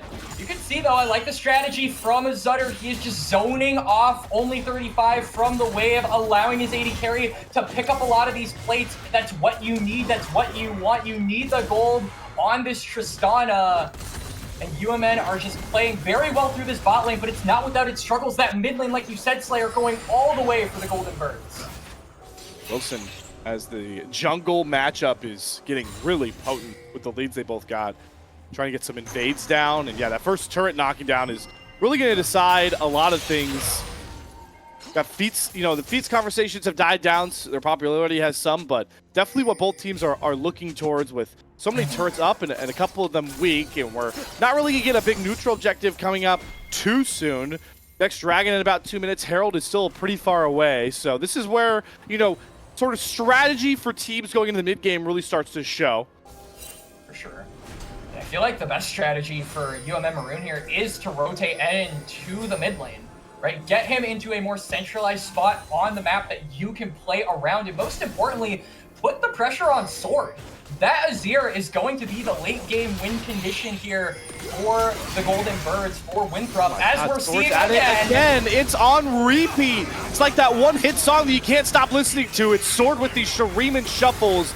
As he sets up Wilson going to a killing spree. Porty and Zutter are late here. You called it, no stun. Teleport coming through for Denethor as well as he's joining the party. Only 35s down here. 4 members of the Golden Eagles is looking for more hits and shutdowns to find. There's the depth charge down, but Zutter is really, really tanky. And the stasis holds Denethor in place. They don't have turret aggro. Sword is taking turret shots. Denethor is going to fall. The turret will go down. Then it's hopping to the background. It's not going to matter though, because Sword and his army are just too much to bear. Down goes Porty. Down goes Zutter to the shutdown. And then he's even got himself a hard time getting back towards his turret. Winthrop are relentless on the map, and it's Mobility's time to step up as they knock down the mid-tier 1 turret. Featherstorm coming across, little thing Lumify. It's all kills up for the Golden Eagles. And the Golden Eagles strike in the bot lane yet again. Some beautiful decision-making by Winthrop. The tower dive was looking incredibly sus, so they just say, screw it, let's overload the turret, let's kill this thing as quickly as possible. And then they turn their attention to the members of UMN Maroon, and they find almost all of them. Eden falls, the rest of UMN's bot side fall. What the Sigma is just on the top side saying, what is going on the rest of the map? He is not able to join in on any of these fights, but a dragon up in 10 seconds. This could be redemption for the Maroons and for the Gophers. Welcome to what it's like playing 2 games of Ornn into Jace. This is your life. Yeah. You don't get to participate in anything. You will enjoy it. You will enjoy it. Hey, what the Sigma's coming down to Dragon, man. So this is where The big win con for UMN dropped off last time. Wilson won the 50-50 smite over Zutter. Will we see history repeat himself? Wilson is coming up through the bot side, but this dragon is dying pretty quickly. Will Wilson get there in time? Burn it. Has to brunt it. Are we even going to get the 50-50? Here's Wilson. This time he loses it. Zutter does pick up soul point here for University of Minnesota, but how much fighting do they want to do this far down? Tempered Fate going to hold so many of the tanks in place. The Ornor goes wide from What the Sigma, calling What the Sigma in chat for that Orn ultimate, because now Sword and Mobility can just run through the Golden Gophers. Porty and NN have to run for the hills, but I don't think that portal's going to save Porty. He gets thrown into the porta potty by the double kill of Mobility. And it's a dragon for UMN, but they lose everything as a result. And in the lone member of the Maroon squad there to tell the tale. And so much damage comes through from Denethor and Wilson. They are putting the numbers on UMN Maroon. The mid lane turret going to fall, as well as NN wants revenge. Oh, he hops over the Featherstorm, pops the barrier, and has the lethal tempo. Some style points given over to NN as we go marksman v marksman. Yep, that's what we like to see. A 1v1, and NN comes out victorious. Now Sword, though, might be in a little bit of trouble. He has a bounty on him. Oh, he's got his own hijack turret. He tries to go for the Shuriman Shuffle, but he is shut down. Zero Fake gets his revenge as the Rift Herald is traded for this pair of picks. They can honestly just summon it right out of the gate if they want to, but they're going to hold off for now, despite all of UMN Maroon committing to that bot side. They're not going to make a cross-map play. They're going to get the turret. They're going to go back and spend their gold most likely. Question kind of becomes, can What the Sigma, with the time he has been given, all of the members on Winthrop University being on this top side, maybe trade for a top lane turret? It doesn't look like he's going to go for it, so still... I mean, this is what we talked about, Slayer. Despite the kills being close, it is just map control constantly in favor of Winthrop. University of Minnesota are not taking these turrets. They're not taking the towers, getting more space for themselves. They might get the kill on the mobility. Porty! That's bar gameplay in its fullest. Now the Impale's coming across here. Zutter wants more. Only 35 though. Has the flash up, but he will get to safety. Wilson is hunting. Gets the swirl seed onto NN of all people, but won't call out for the lilting lullaby. So again, Minnesota showing how they're just such a potent pick comp, even if they're playing a team like Winthrop. Zero Fake. Fake. For an angle. Only 35. He doesn't have flash. The dredge line doesn't get towards the wall. This should be a free kill. Big depth charge though does get a triple knockup, but Winthrop realize they have to sack their support. Sword gets out for now, and now Wilson's being served up by the hijack Sand Soldiers. Wilson down next. This is exactly how Minnesota made game one competitive, just scrapping it out. And it is 20 seconds. Actually, scrap that. 10 seconds from the Otacon. But look at Zutter's health bar. The Scorpion is almost dead. So they're not going to be able to go for it. Sword. Oh, does he get the Emperor Survive this time? No, Zero Fake goes back into the Escada Duck, but that's exactly what Sword wanted. He's going to push it back towards his turret, but he's got the soldiers on reload. It's been automatic. Sword just killing off Zero Fake over and over again. I mean, Sword has been so dominant on this Azir, just putting the skill checks on the mid laner of UMN Maroon, but here comes NN. And then on the flank, though, will trade it out Sword, but Denethor, he is much more powerful than NN, up a whole level. The Buster shot, NN trying to buy space, get back towards his turret, but there's a shock blast to the jaw to knock down NN. NN goes down. It's 3 members having a gray screen here for the University of Minnesota. You see Zutter is the only one on the bot side of the map. He is going to have to play defense. What the Sigma, though, manages to make a cross-map play. First turret!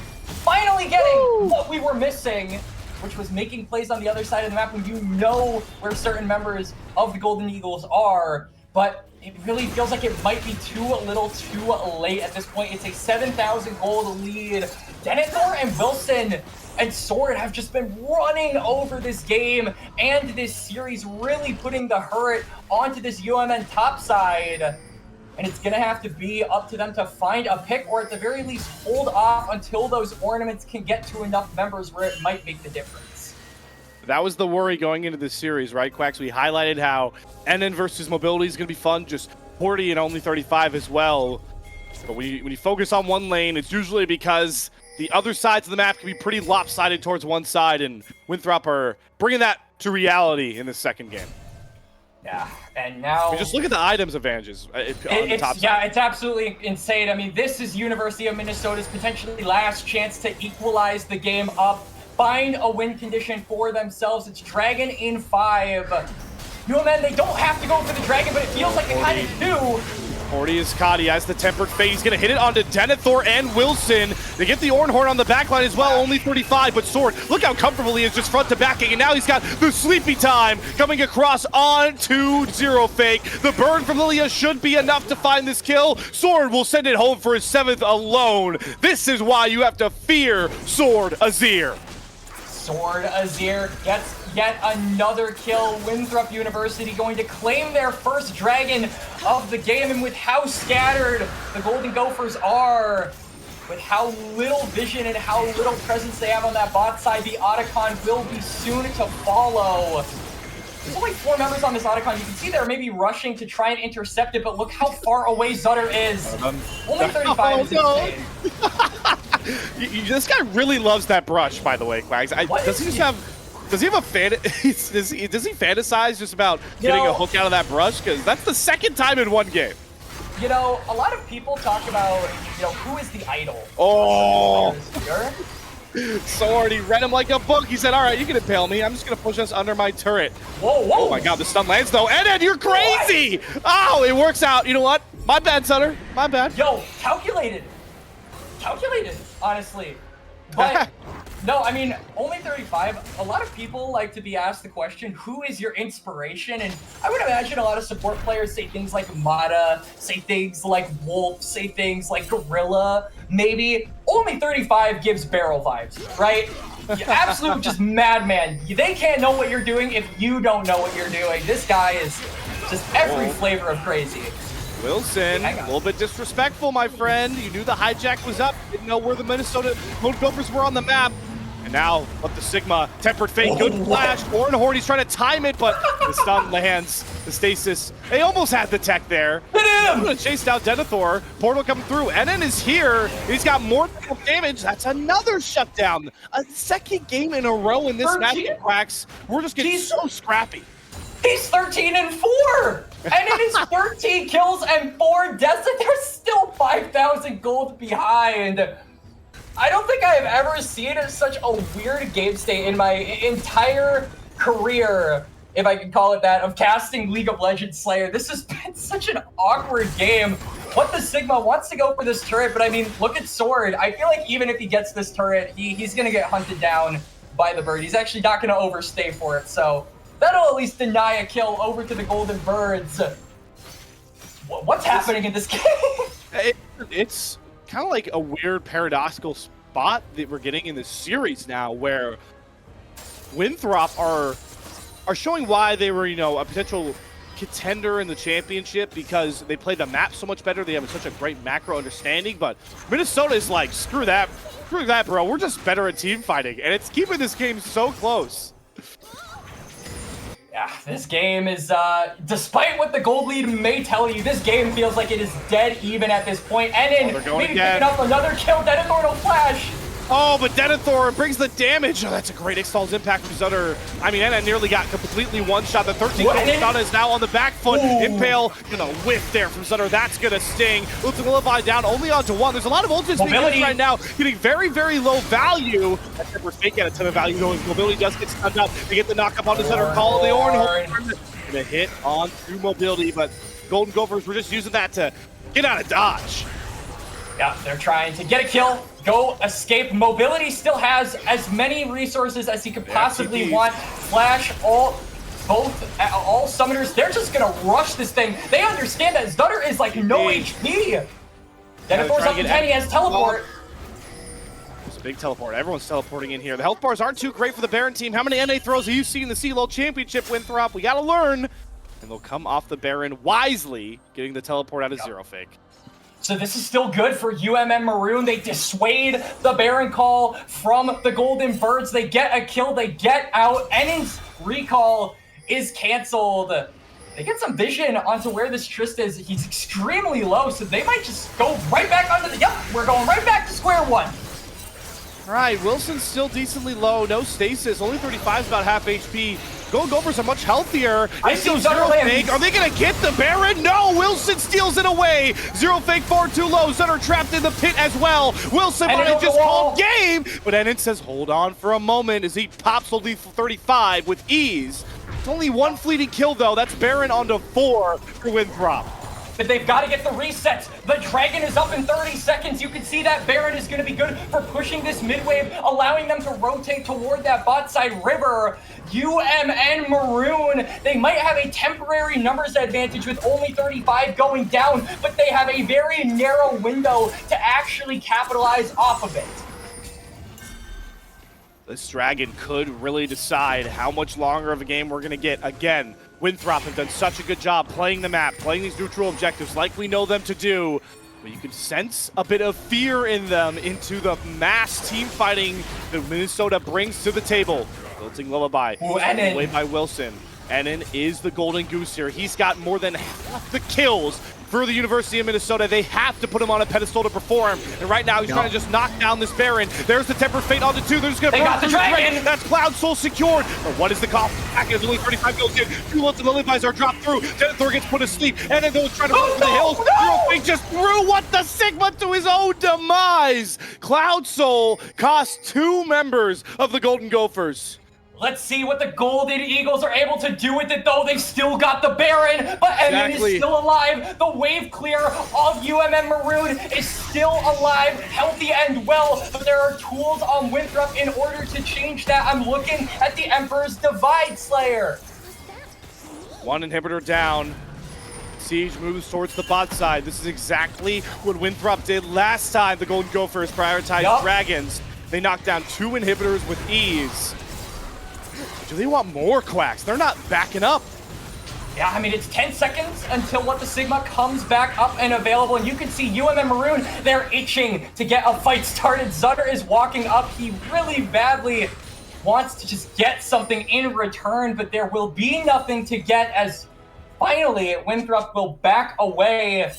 It's just like you said, Slayer. Shades of game number 1, double inhibitor for the Dragon. The difference being this one is a soul and not a soul point, so the onus is on UMN Maroon to clear out these waves, to keep track of that Baron coming up in about 3.5 minutes, and most importantly, to just hold strong until you can get those ornaments upgraded to every member, I would say, on UMN Maroon. They've got the late game advantage with those items. They just have to stall out enough in time to use them.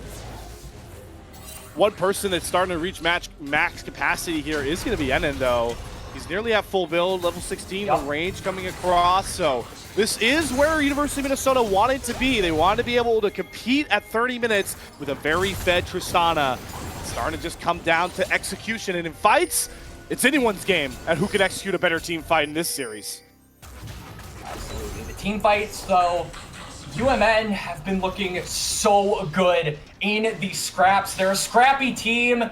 They know what they do best, even when the map is looking dark, even when it's Winthrop constantly having the push, the pressure where they need it to be. Somehow, when the chips are down, UMN are very good in the moment with those 5v5s, so they're going to have to keep that energy up. And Winthrop, they want to be clean in this series. They want that 3-0. They know that they know that they can't. The 5v5 is the scarier thing. So I'm loving how they're spreading the map out. The wave control right now is really. I mean, you see it. Minnesota, they might take a desperate fight here alone, knowing that they're just getting whittled down. Wait, whoa! Half HP. Denethor, he's just gonna find this kill, but the fight on the other side, the Impale, they found mobility. Impale of Dreams, and then he's hopping after Wilson, with the bases crumbling on the backside. And then he's getting all these kills, but Denethor's just trying to end the game. But Enon's standing up to 3 members of the Golden Eagles. Big Sun comes on the Sword. Porty grabs him. Sword definitely trying to run away, using the Sand Soldiers, but he's caught. And then gets himself another kill. Denethor and Wilson have to bow out of the base. They tried to go for the game. They tried to go for the glory, but the Golden Gophers pop out from their hole and find themselves the ace they desperately needed. What can they do with this, though? It's an ace for the UMM Maroon squad, but the double inhibitors, the bane of their existence, exactly what kept them from the Baron in game number 1. What's it going to keep them from this time around? Party is practicing waves for crying out loud here, Slayer. They can't get anything. I don't think they'll be able to get anything. I mean, the Baron is up in about a minute. They can establish control of the topside river. This series is a banger. Don't let anyone tell you otherwise. That is a full build Tristana. Bloodthirster done. Ornaments completed. Level 17. And they will get one thing, Quacks. They get mid-tier 1 turn at 32 minutes. I mean, hey, slow and steady wins the race. We've all heard the stories of the turtle. Tortoise. Yep, the tortoise and the fox. Funny. Quacks. Or bunny. Man. Funny. Yeah. Wait, shoot, you're right. I haven't heard... You know, I think I need like a hair. I think I need tortoise in the hair. I need Shrek 5 to come out sooner so I can be reminded of these classic fairy tales. You know, I'm glad to hear that Shrek 5 is what will save you there. As a Baron coming onto the Rift, a Baron will save University of Minnesota or Winthrop. We're fine over it though. Maybe burn it. Holy this thing. Oh my gosh, yeah. This thing is already gone. All right, Zero Fake going in. He stole the Feather Storm. Tempered Fate is not going to hit mobility. He's trying to flash away from Zero Fake. Baron does go over to Winthrop, but how much is going to cost him this time? They're not going to be able to just get out and try and run for the hills. They have to keep going. Look at the base. You have to keep chasing because your base is in tatters. Baron picked up this time only onto 3 members of Winthrop. And it's going to set up for their Siege of Death once more. Yup, they're gonna send their 2 solo laners over to clear out the wave. You can see that turret is really close to respawning. All the while, they've got, well, Wilson is down for another 20 or so seconds. There will be some overlap for that Baron, or that Dragon rather, that Elder to be free hit by UMM Maroon. They have all but secured it. Only 35, this is not the time for your shenanigans. No. This is his 12th death of the game, and it goes legendary. Denethor gets grabbed by the Epsilon Duck. That's another Baron that's just going to come off the board for Winthrop. They're crumbling in the brightest of lights. You can see Sword, he has the teleport, but the inhibitors have respawned Slayer. Elder! No backdoor possibility. It is all UMM Maroon. The Elder is up. It's gone. Wilson is not going to get anywhere near this. He's mid lane. Sword is what he's going to try and trade a tier 3 turn. He's not even going to get that. We thought this was game 1 all over again, Quacks, but it is evolved. The Golden Gophers are evolving in front of our very eyes. The Baron is still there for Sword, so he's going to draw the pressure, but look at the teleport. They are going bird hunting, Slayer. They want it. They want to grab him by the beak. Tempered Fate gonna miss. So is the Ornhorn, but it doesn't matter because Zero Fake found his flank. How many times did Zero Fake die to Sword? But it's the final kills, the kills at 35 minutes that matter most. And now it is 5 members of University of Minnesota, the Golden Gophers, with the silver, gray, and blue Elder Dragon, equipped with the Cloud Soul as well. Every neutral advantage they could possibly want, it's there. It's right there for them. Zutter, though, might face check. He's very, very tanky. His level is 618 Skarner. The mobility just really can't burn through. The Impale does whiff, but he's just going right back on the Ixtal's impact, turning it on to only 35's head. He gets popped by the Elder. That's the stolen Death Charge. Grabs Wilson as well. Wilson out next, and he grabs the double kill. The Death Tyrers are really long. Can the Golden Gophers finally break the base here? They're going to have what the Sigma tank, so they'll be able to take down that turret, but the health bars are about half on 3 members, and in most notably, very, very susceptible to getting one shot by Denethor. That's a full build Jace, but like you said, the death timers are so long. Can they do it? They still have Elder. Elder's still providing so much value. It's boosting the Golden Gophers up, and there's the impact down! Sword's down! The turret's turned off! They're going after Denethor! The Golden Gophers are gonna do it! They're gonna even the series 1 apiece and shut CLOL! And still, though, Winthrop, hold on. The wave is not there. It'll be delayed for just a few seconds.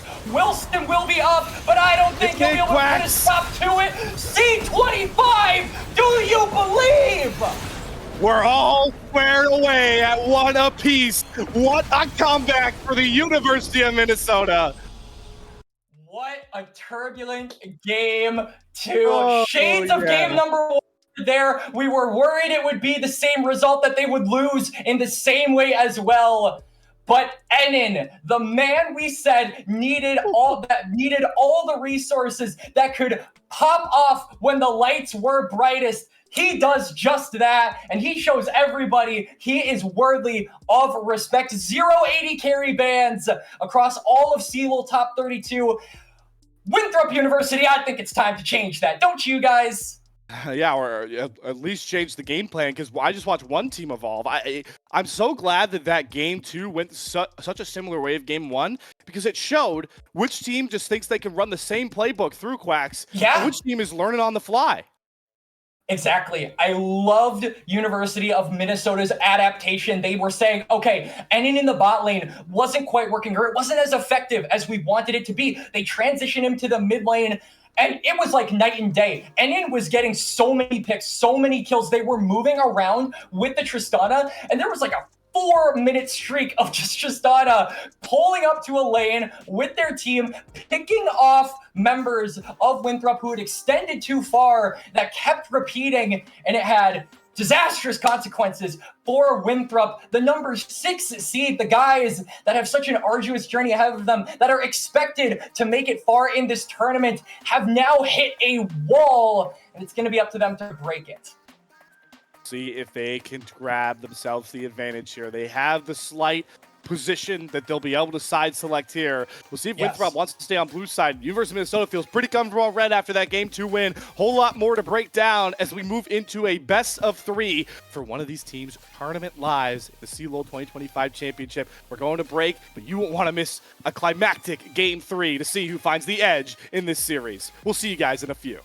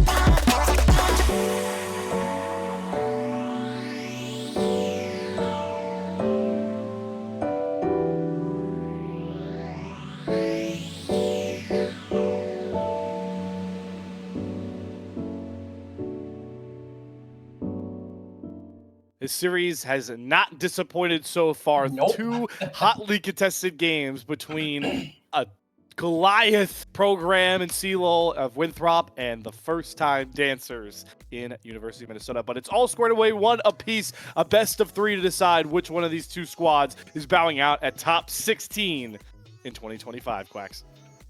Yeah, so we've still got a little bit of ways to go, right? Both teams have to win 2 games, I believe, in order to finalize this one. So it's an arduous journey ahead for both teams in Evolved, but man, what an extravagant game there. I mean, extravagant might be a bit of a stretch, but I'm going to use the word because I am, rocking the UMN. I'm rocking the UMN spirit here. I got to compliment them at every available opportunity. It really felt like the advantages that they brought into game number 1, the team fighting, the overall just front to backing, the target selection, the positioning, especially, was really good in game 1, but it wasn't enough to carry over to a win. Game 2, though, they were a lot more locked in. They were playing around those neutrals better. They were controlling space a lot better in the late game. What I'm looking at here for UMN here in game number 3 is to bring that a little bit in sooner. It felt like still that early to mid game was in control of the Golden Eagles. Winthrop were really good at just controlling the map, constantly putting pressure and vision where they wanted to, and UMN didn't really have a response until they started team fighting. So I want to see that picked up just a little bit quicker,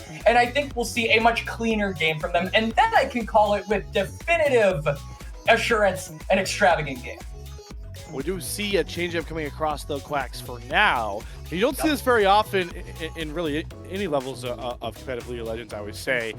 Winthrop off a loss are picking red side, so they're putting, I gotta think this is a decision to put Minnesota on the blue side, into where the Golden Eagles are assuming they don't have as many confident drafts at the very least. Yeah, I am interested to see what Winthrop's endgame is here. I mean, they have been really adamant on first picking that Jason and just giving the priority picks over to Denethor. So maybe their switch up strategy this time around is let's B5 the top laner, or hey, maybe let's B5 the support as well. We saw how much only 35 struggled in that second game. He was pulling off a few shenanigans here and there, if I do say so myself. Very fun watch nonetheless, but had a very rough game. So I think they're just trying to give a little bit more wiggle room and priority in the draft over to those strong members in the support and top lane.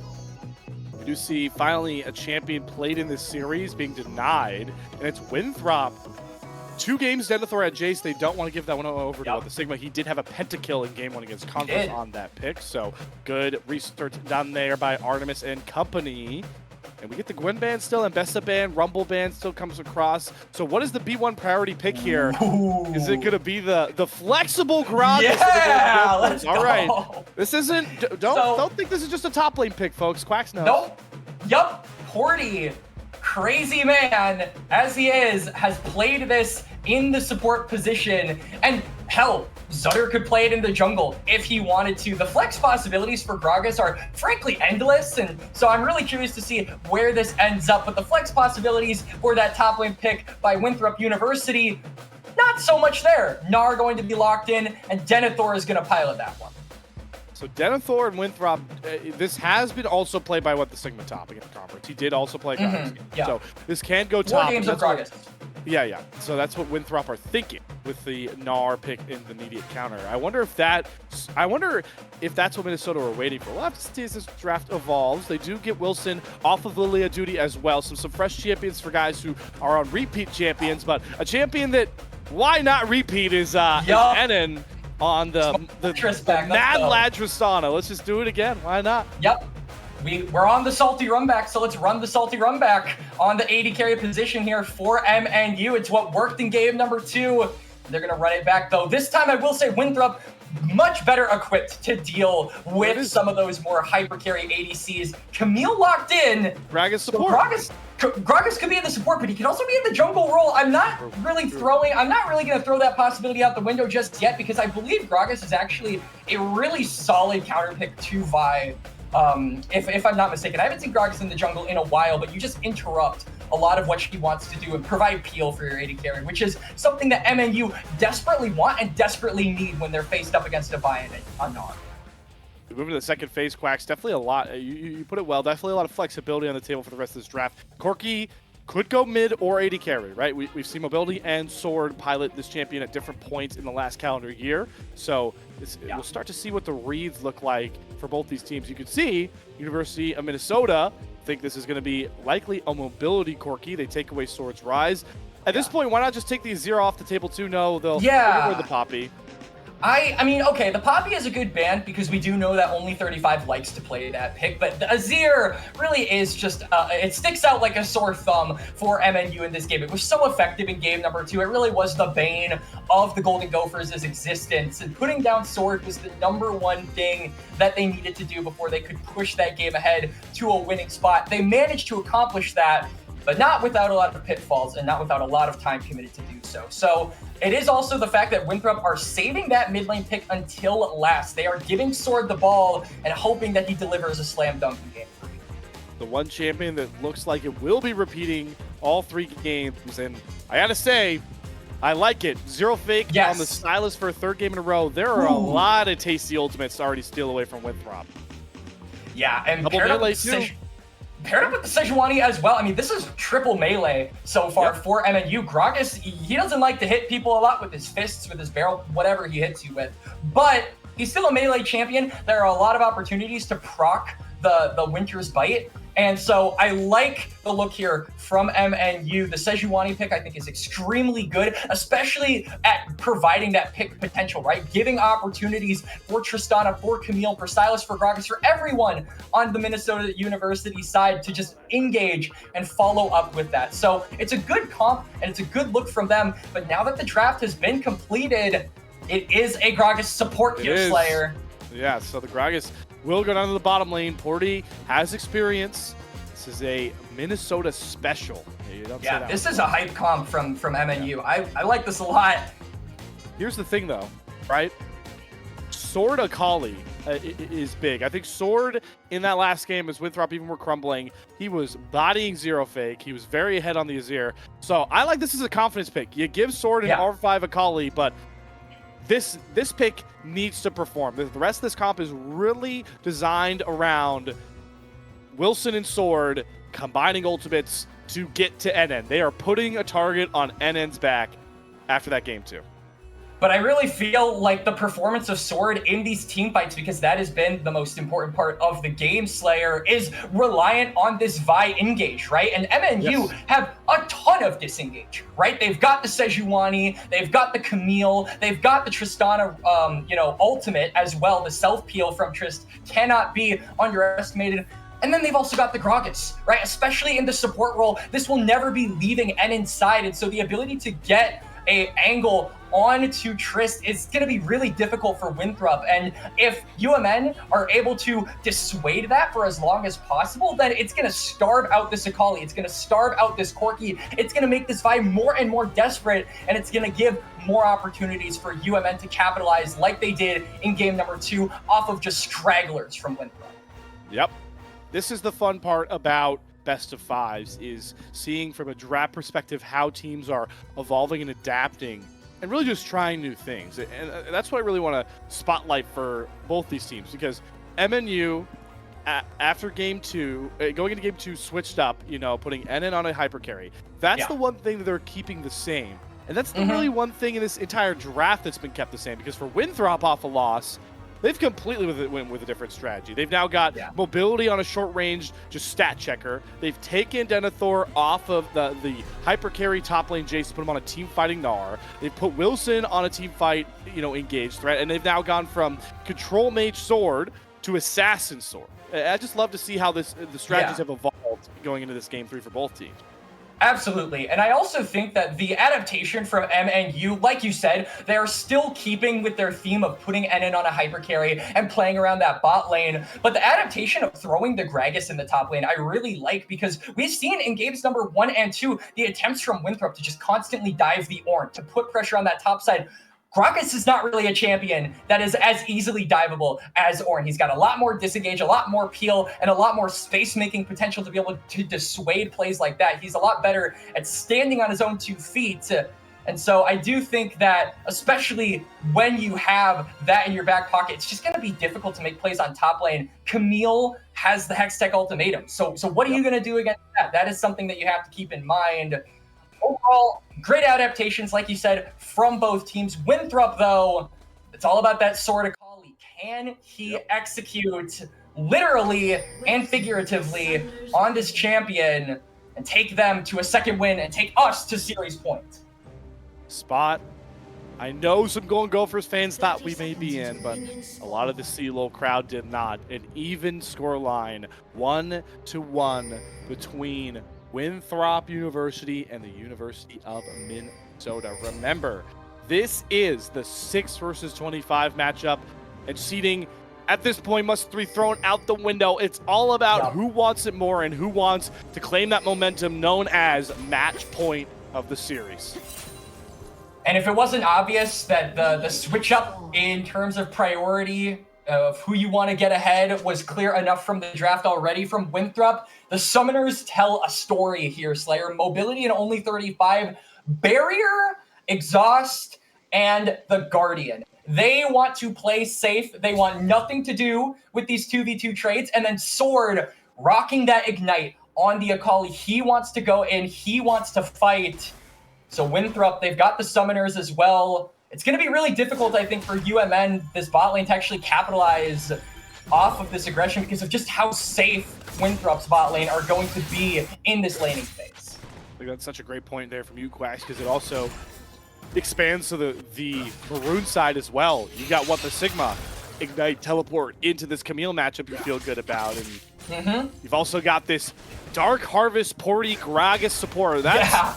That's something, and it's definitely playing not to play safe on the Gragas, I'll tell you that. No, it certainly isn't, and you can already see Enin and Porty level. Hold on. That barrel for Porty landed the slow, and now Enin gets a full bomb combo off, and only 35, fearing the worst, uses that exhaust at level 1. And Porty, not really too concerned about losing a ton of health on this Gragas. He has those biscuits to sustain, but most importantly, Gragas is just a self-sustaining champion. His passive is going to be so good for regenning that health, for making up on a lot of those short trades. Meanwhile, Mobility doesn't have that luxury, right? He has to rely on his own innate healing, and that'll give an opportunity for Porty and Enin to potentially go for a re-engage with a health advantage. At the very least, they're going to get priority on this wave. Shove another one into Mobility and company, thanks to their level 2 priority. As much as we've hyped up this Camille, it can be a bit of a rough matchup thanks to the range versus melee, but Sigma making it work with these hook shots, and both junglers are licking their lips looking at the health bars top side as they clear bot to top. You can see Zutter actually cutting across both junglers, cutting their full clear and just saying, screw it. Oh, zero fake. The flash doesn't save you. Sword is back out, slicing people up, and Zutter caught trying to maybe go for a flank angle here by Wilson. Will bring a second kill through for Winthrop. 3 games, 3 great starts for the Golden Eagles.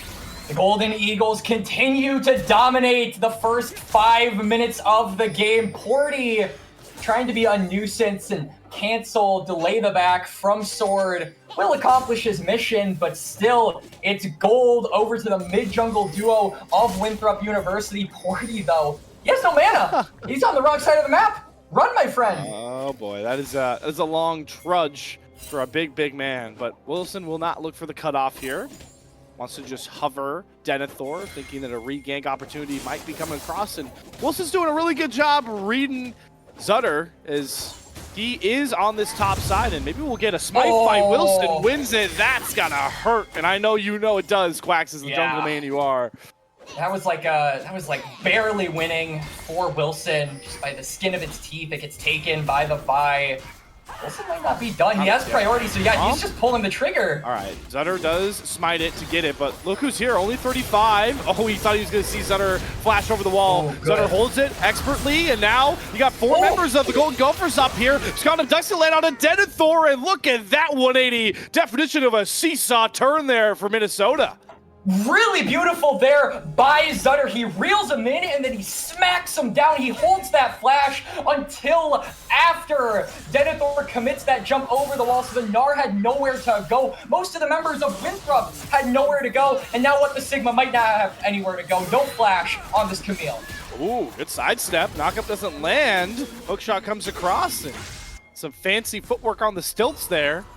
Yep. Prevents another kill. Mobility. Mobility. Oh boy, here we go. Say goodbye to your barrier, maybe. Oh, yep, Nope. definitely say goodbye to your barrier, but Wilson's there. Call an ambulance, but not for me.com. It's the domain with mobility's on it right now. Mobility gonna pick that kill up as well. You could look at the CS difference between the AD carries as well. Growing pretty exponentially here. Oh, wow, the flash to get the Wow. Vault Breaker just enough. Fadeaway auto. Winthrop are locked in after giving up a loss to these Gophers. Absolutely. They are turning a new leaf. They are just going absolutely crazy in this early game. They are looking a lot more bloodthirsty. Just looking for a lot of these kills. You wouldn't expect Wilson to go for that pick, but they calculated it. Calculations came back correct, and they get the kill onto Enon. I mean, only 35. Don't question him, okay? Listen, he knows what he's doing. We don't know what he's doing, but he does. You have to have faith. The Church of Only 35 got there from the faith. So, did the Church of Only 35 know that he was going to have a 13 death game?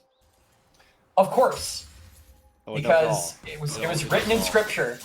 Okay. You just didn't know it.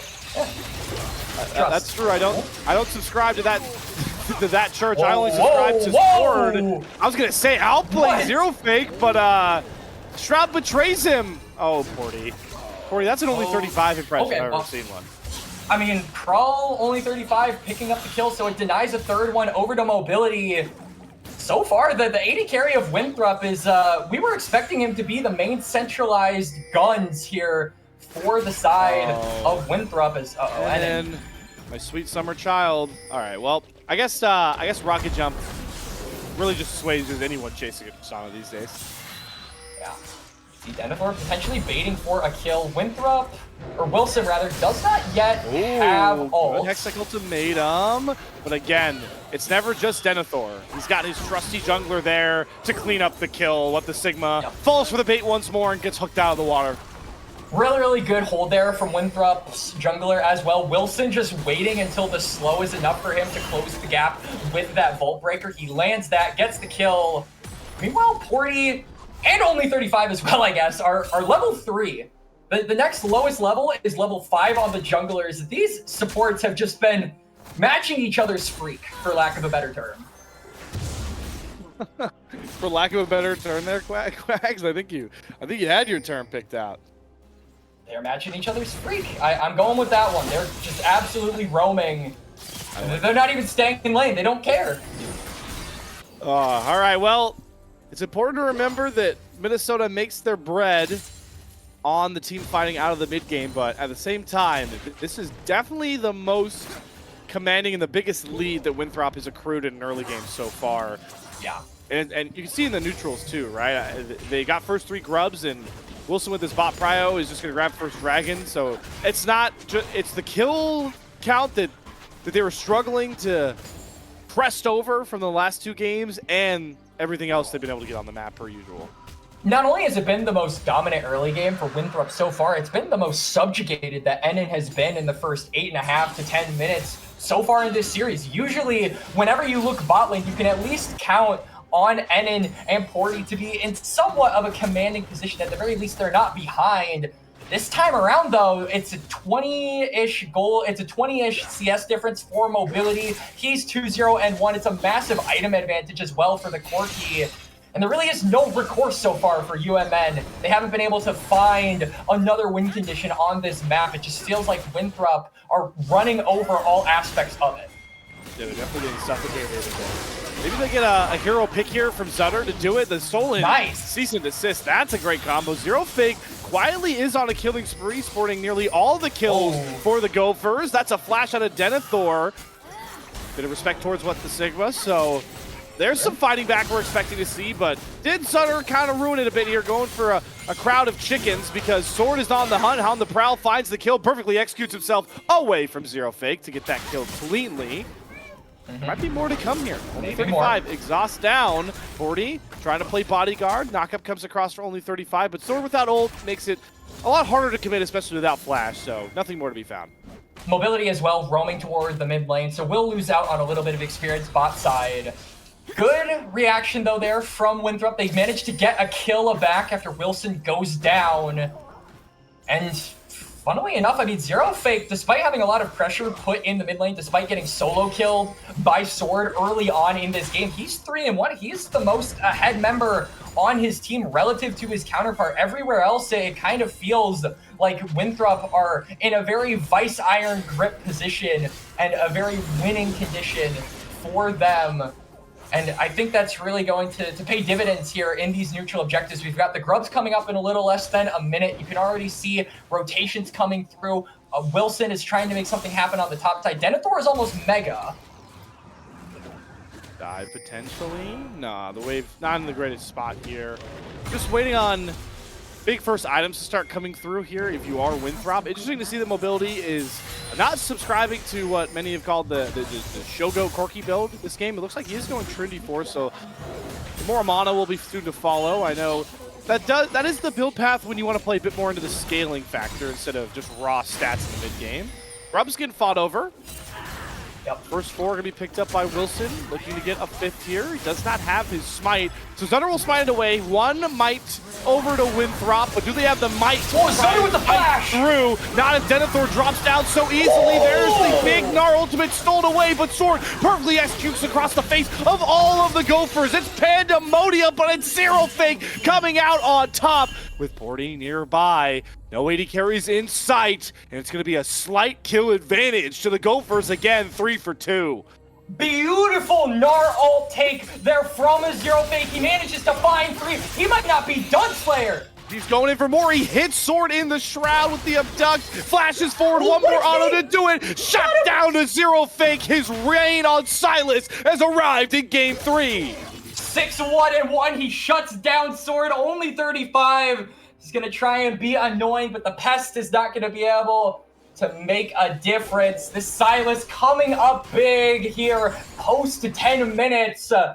And going back to that fight, I wish we had replay Slayer. The flash from Zutter to block the Vault Breaker onto what the Sigma after the Camille initially engages was what saved the fight for me. It kept the top laner for UMN alive. It forced Winthrop to commit so many resources to one member and just allowed Zero Fake to absolutely clean house on this Silas. We were worried that a win condition wasn't being created for the Golden Gophers, but now they've got a 6-1 Silas.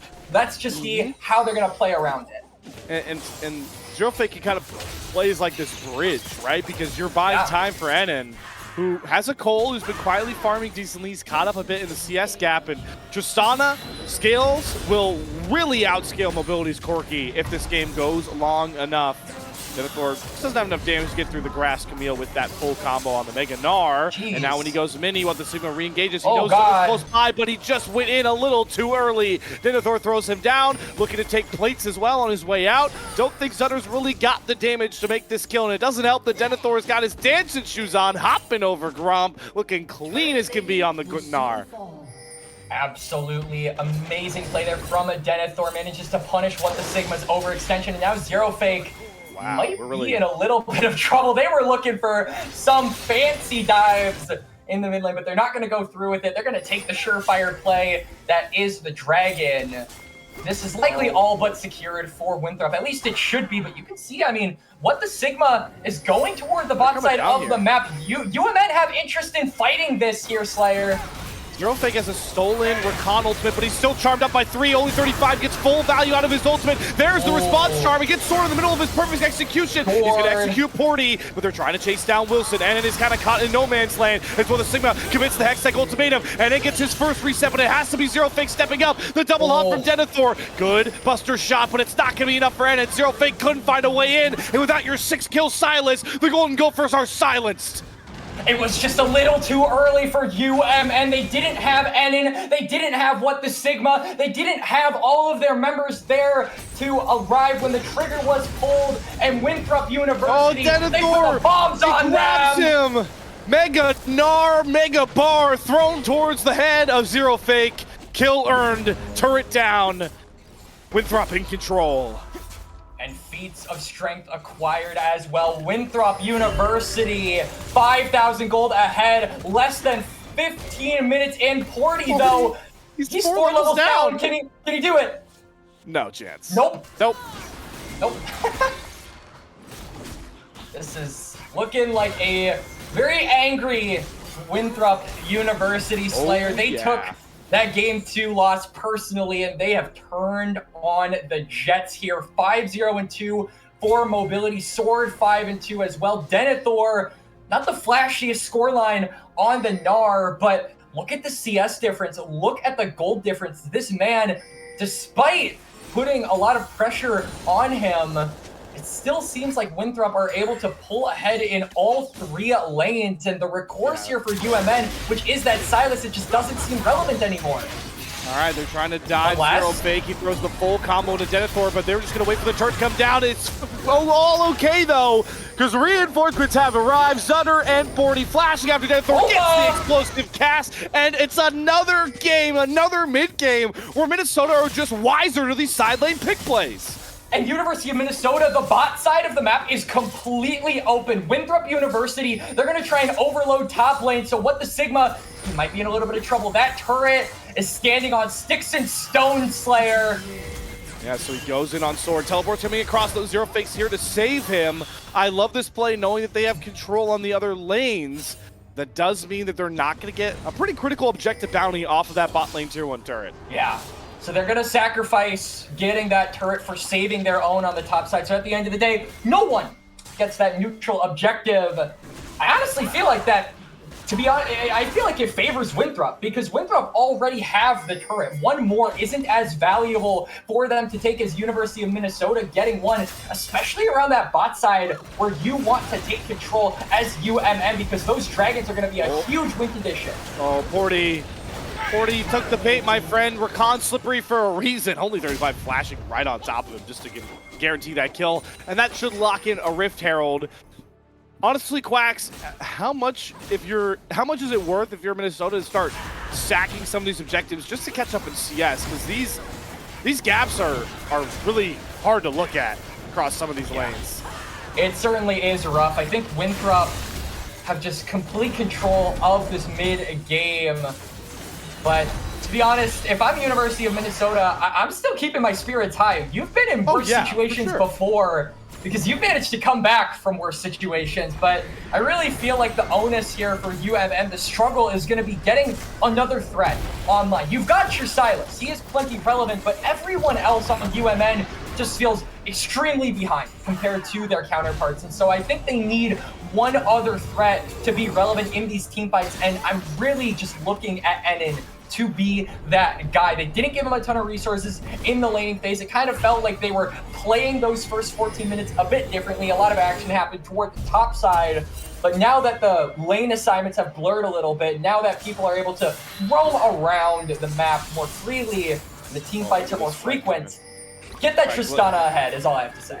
Porty was trying to gank Sword from one lane. Zener was trying to do it from the top side, but instead they're going to turn their attention to Wilson. And hello, this Gragas has got hands even in the support role. Wilson's down, and they're flashing after Sword. I don't think he has the Shroud to hide in, and instead he's going to get his own ultimate thrown in his face, and Denethor teleported in to try and save him. It's again, Winthrop just not ready for these Minnesota side lane picks. 3 kills for nothing. How do they keep doing it? What are they? How do they keep finding these picks? They pull a red out of a hat. They spin straw into gold. They make miracles happen here, Slayer. University of Minnesota, they are not out. They are not down. Their heads are still held high. Despite the gold difference, they find 3. And they are finding advantages when we didn't think there was a possibility for it to happen. And now that ticking time bomb, that tick, tick, tick is getting louder for Winthrop. You've given a multi-kill over to what, the Sigma? He's going to be able to get, this back is going to be fruitful for him. He grabs a couple long swords. I was really Quacks. I was really banking on that being a better back. I'm not going to lie. But my point being is that you're getting an Infinity Edge coming through soon for Enin when he gets this Coal sold. You cannot afford to get Enin another Tristana late game. You can't afford to stall this game out if you're Winthrop. I'm a little bit worried here for UMN. They're committing all 5 members toward the Dragon, but you can see, I mean, the pressure that is being committed toward the mid lane and top lane, you don't have any TPs to immediately respond, so that is going to be a little bit of downtime that Winthrop can use to either push the lanes or just straight up go for the Otacon. And they're going to choose the latter. They understand all the members of UMN are toward that bot side. I don't even think they have time to catch up to this. It's already being burned to half. Again, the one prevailing thing for Winthrop in this series, despite how scrappy it's gotten, we have a 30-kill game in 20 minutes, right? We had pandemonium in game 2, is they are much better on the map. They consistently have been up so many turrets out of mid-game, consistently gotten Rift Heralds, Mites on the Grubs, Otacons, all this secured. It's just about using that to get over the hump, get these team fight demons off their back, known as the Golden Gophers. Absolutely. And the Golden Gophers actually really good trading over the past couple of minutes. They go and they take the fight to them in the bot lane. They transition that into a Dragon. Then they know all the members of Winthrop are on the top side. They go for the mid turret. It is just beautiful cross-map plays as Sword is really putting the hurt on him. Okay, but what does Winthrop look like without Sword? Because that Camille's a lot weaker. Great cease assist though with mobility's damage. Quietly godlike on this Corki. Yeah. Winthrop play the map again perfectly, and this time they get the picks in and they'll get turned on. Mobility is 7-0 and 2. 3 items complete. That Infinity Edge coming through in the most recent back really puts the damage and really puts the ball in his hands. And this is what we said. We need these big priority picks to be shut down on the side of Winthrop, and we just need more development on some of these other champions, these other strong side picks from the University of Minnesota to come up bigger. And I mean, we're seeing objectives being traded, but so far Winthrop, particularly in that most recent play, they're not giving them the opportunity to fight back. They're taking control of certain parts of the map, and they are playing off of vision beautifully. Keep your eyes on the timers, objective timers coming up soon. Baron, about 2.5 minutes. Dragon, not far behind as well. We talked about it for University of Minnesota. The difference in CS is still hurting them, and not just items. So they need to use this time to catch waves, stall out, and not fall for the pick plays the Winthrop are going for. They tried a big old wrap around on the Enon, and luckily for the Gophers, it didn't work out. Nope, but it might work out on Zero Fake. Very big. And Denethor is a small Gnar at this point. Still hurts like a truck, though. Zero Fake gonna have to go back to base. But again, just survive, thrive off your waves if you're Minnesota, right, Quacks? Absolutely. I'm really surprised that Zero Fake didn't actually, going away from champions and going a little bit into builds, a little bit more granular, I know. But, I mean, I'm very surprised that Zero Fake didn't go for the Roa. It really feels like the biggest disadvantage that Zero Fake has right now, despite being 9-2 and 3 and having a ton of damage on this Sylas, doesn't have a lot of survivability. I mean, we saw the damage from Denethor, just a few autos half health him in that exchange, and so if he can get that health stat up a little bit more, some of that survivability, self-sustained up a little bit higher, then I think he'll be in a much better position. But as it stands, Winthrop are really just kind of wallet dipping these guys so far. They're not giving them an opportunity to catch back up like game number 2. 35 wants his engage. Sutter gets the call first, but there goes Zero Fake trying to go for mobility, but he's just too big. Pops Zero Fake like a watermelon. Whoa. And now Denethor can throw the Gophers under the wall. Maniac mobility matching Minnesota to dust and blowing them away. They don't have a wave in mid, but they have a wave in a bot. The death timers are around 20 seconds. I don't know if Winthrop can end the game. They might be able to do so. They have all 5 members alive. They have 4 grubs. This might just be it, Slayer. The fastest and most concise game of this series so far. And maybe it's Winthrop getting over the hump. They've had chaos in this part of the game. 25 minutes to 35 minutes. It cost them game 2. And they say no more, but does Minnesota have the hands to save their Nexus? Mobility is getting hounded, he's very low. We gotta hit the Nexus, guys. Does Wilson have enough? He does! Saves them another catastrophic fight and puts Winthrop on to series points. And Winthrop, going into this series, we said they needed to look convincing. They needed to look solid and clean and concise if they wanted to make a deep run in that lower bracket of playoffs. This was the most clean game so far. They took control of all 3 lanes. They had exactly the game plan that they needed. They executed it very, very well. And overall, it's going to be up to UMN to rebound. Now, they're at the edge of a very steep, very dark cliff. They are 1 step away from falling off of it down into the void. So, what are they going to do in Game 4? That's the biggest question. It's good to see, though, as we talk about the chess match that is, figuring out comp styles, adapting, looking what doesn't work, what does work. Winthrop really shut NN out of this game, and that really proved that I think Minnesota, I hope they go away from this Tristan and don't try it again, because Winthrop have found the formula for that kind of style from the Gophers. Absolutely. I think it is definitely time to change and adapt a little bit here for UMN, but they should still be playing for NN. It felt like they tried a different strategy by giving a little bit more agency toward that top and mid lane, but that didn't really seem to work. It really felt like Denethor, no matter how far you put him behind, no matter how much pressure you put in that top lane, he's still allowed to be relevant. Sword as well, looking really solid on the Akali. So for UMN, it's back to basics, right? Do what you did in Game 2. Go and play for your bot lane. Play for NN. You know he's got the hands to prove it. You know he has the bark with his bite. And so if we go to game number 5, I will be extremely happy. Honestly, whatever the result is at this point, Slayer, I am extremely happy as a UMN, as a Minnesota boy born and raised, because they took a game off of Winthrop, and I'm going to be riding that until the day I die. You're gonna see tweets from Quacks in about 7 years. 7th anniversary of the day that Minnesota took a game off of Winthrop. So it'll be fun to see.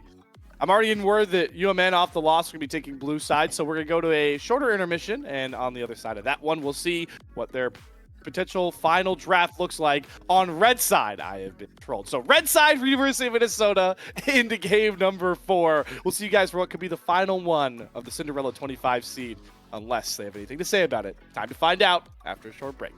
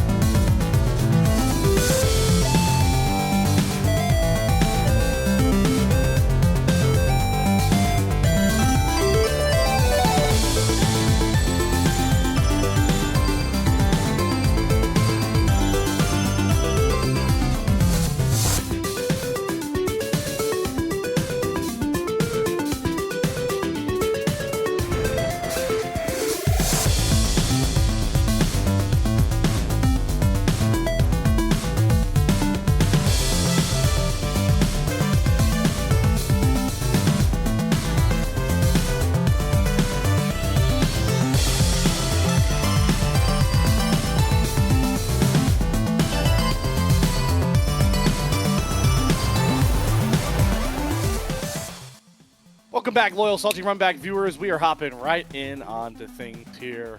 Game number 4. University of Minnesota try and force this series the distance up against a Titan of CLOL. Winthrop on that blue side, and you could argue Minnesota are back in their comfort side as they have chosen red again, and they will be playing 3 games of red side, Quacks. I mean, hey, in fairness, University of Minnesota, their logo is red. They won on red side. It's written in the stars. That's just how it works. I didn't make the rules, but made the rules. The rules dictate so far that if University of Minnesota want to win a game, they got to play for NN. And so I am expecting UMN to go back to basics here in game number 4, put NN on yet another carry, and do what worked in game number 2 where they got that win and take us to game 5, because game 5, Slayer, let's be honest here, they're always super hyped. Always, especially knowing you got Silver Scrapes, man. It's just peak League of Legends. So we'll hope to see, just for casual fans, that we go the distance. But diving into this draft so far, Winthrop on the blue side will be banning the J, so they don't want Denethor on it in this game, and they don't want to give it to the Sigma. Gwen doesn't get through again, and Bess doesn't get through again, and the Silas for Zero Fake eats a ban. No NN ban still, and Maokai going to be the first pickup here for Winthrop. So this is probably going to be given over to Wilson, but I honestly kind of advise against giving Wilson some of these picks. It feels like he has had a lot of agency on these more scrappy, more willing to fight bruiser champions, and not just the series, but in CLOL 2025 as a whole. I think Maokai is a little bit of an undervalued pick, to be honest with you, and has a lot of weaknesses that UMN can exploit, especially because they are so scrappy. If Winthrop aren't able to match the damage profile that UMN have been putting up all series long, then I'm going to get a little bit concerned. And then lands on the Ashe again. The Gragas also picked up. Wonder if this is the bottom lane combo. We'll have to see as the rest of the draft evolves. UMN are known for their ability to flex this Gragas all around. Yeah. Denethor back on Gnar duty though, and they get mobility on to the Varus. So he was often banned off the Corki, got that game, went deathless, super performance. And now he gets on to an amazing meta pick and one of his better picks on the Varus. Yep. Talked about this bottom lane matchup, Quacks, and we're hyped up for it's hyped up for this game 4. Absolutely, and I love the Melio lock-in, to be honest with you. A really good denial from Winthrop as well, because of how much CC and how much agency Ashe can have with that Enchanted Crystal Arrow, and just how much agency the UMN solo laners have had with crowd control as well, and just finding those picks. I think it's a good denial. It's also just a generally good pick into this comp so far. A lot of the big team fighting ultimates that Winthrop can throw at U of M, Melio can negate that, but he can only negate one. So my worry is that they use it unwisely, and then Winthrop might be able to capitalize off of that. We'll have to see here. Is Porty also not too many Enchanter games compared to some of his other champions, right? He's a hook specialist. He loves the Gragas support as well. So see if the Melio could bring home a win for UMN as the Aurora gets locked in for Zero Fake. 3 games of Silas, no more. Brings Aurora to the table. And I like this. We haven't seen a Silas game from UMN yet, I don't believe. So this is going to be uncharted territory, unexpected as well. We have no idea what to expect from this pick coming out from UMN. Ooh. But I really like the Aurora. I think this champion is extremely strong. I think Karma is extremely strong as well. We're probably going to see that thrown into the mid lane. I feel like Karma mid right now is honestly stronger than Karma support. I have been a huge advocate for Karma mid for the longest time. I think this champion does a ton of damage, but Winthrop don't share my sentiment. So L. Color Caster L on the prediction. Yep.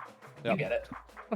I mean, this is the first game Sword that gets his patent rise, and I do think for Winthrop, if we're talking about most consistent performer, Sword had a pretty great Azir game. The Akali ended up being a difference maker, and now he gets on to the rise. So the big scaling threat for Winthrop is there, because you got to expect this is a Varus and lethality Varus, so Karma style, but Nocturne R5. Quacks, I know you have your thoughts on this champion in the current meta too. I kind of hate this character, not gonna lie. I am not a big Nocturne fan, but I will say I do think Nocturne with Aurora is a good combo, has a lot of damage, and just a lot of single target damage as well, right? Being able to blow up certain members of Winthrop is going to be the main objective of this mid-jungle duo. for UMN. So I think, you know, that is going to be the real test. How much pressure, how much one-shot, I should say, potential do they have on this Rise, on this Maokai? There are a lot of tanks on the side of Winthrop, which is also why I'm a little bit worried, because Nocturne isn't going to be able to really create a situation where you can insta-kill a lot of these frontliners, and it's going to be difficult to get to the backline with how much CC and how much mobility a lot of these frontliners actually do have, what with things like the Realm Warp being able to react to the Paranoid. I think it's a great point. Even just like, it's going to be hard to get through Gnar, it's going to be hard to get through Maokai, but this is really going to stress for Zutter getting immediate value out of these Paranoids. Like, I'm talking, once you get the ultimate, like that mid-game. You have to hit the button. Yeah, because even later, right, like Karma shielding is going to be really hard to deal with. And item-wise, like, it's going to be hard to ult Karma, it's going to be even harder to kill, like, the Varus, and then the Rise is going to have a Seraphs. Like, we know this is a Seraph's Rise. He's going to go Roa. He's going to have a lot of health as well, and it's so this Nocturne, like, later on in this game, is going to get so little value out of his most important part of his kit. It's going to be a real big thing for the Gophers to get over the hump with, but look at the rest of their comp. Quex, what are we thinking? Because I'm really impressed by what Winthrop has put together here. I think this is definitely Winthrop's most cohesive comp of the series.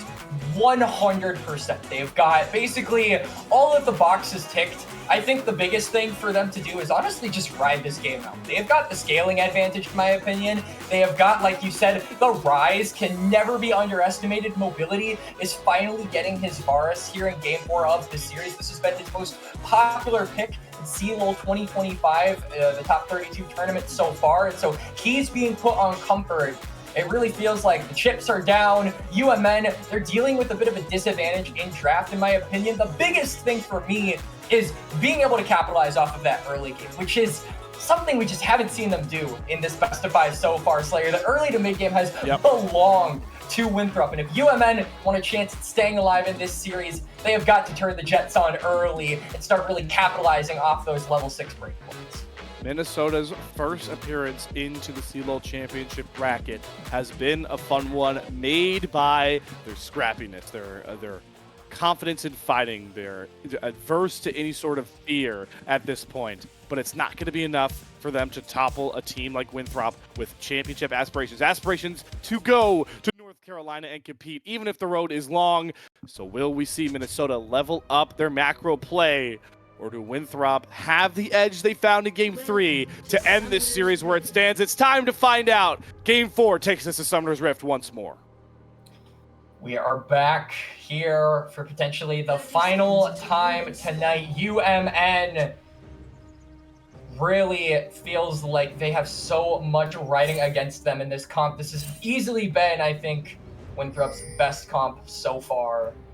And so it's going to be a difficult task for them. That Nocturne, notoriously, in my opinion, I dislike that pick. I feel like I haven't seen that pick win in a very long time. But Zutter, I'm hoping that you bring it. My hate for Nocturne is less than my love for UMN sports teams, as Zero Fake just has to flash instantly. That is rough. Yeah, we're having a lot of rush hijinks there. Denethor had to start Leap level 1 because he wanted to get away from Zutter and what the Sigma. But yeah, that's the biggest win, is Zero Fake is going to be flashless, and well, it doesn't, I think, up the kill threat of mid lane more. I think it just buys Sword more space to do what Rises want to do all over the game and farm up.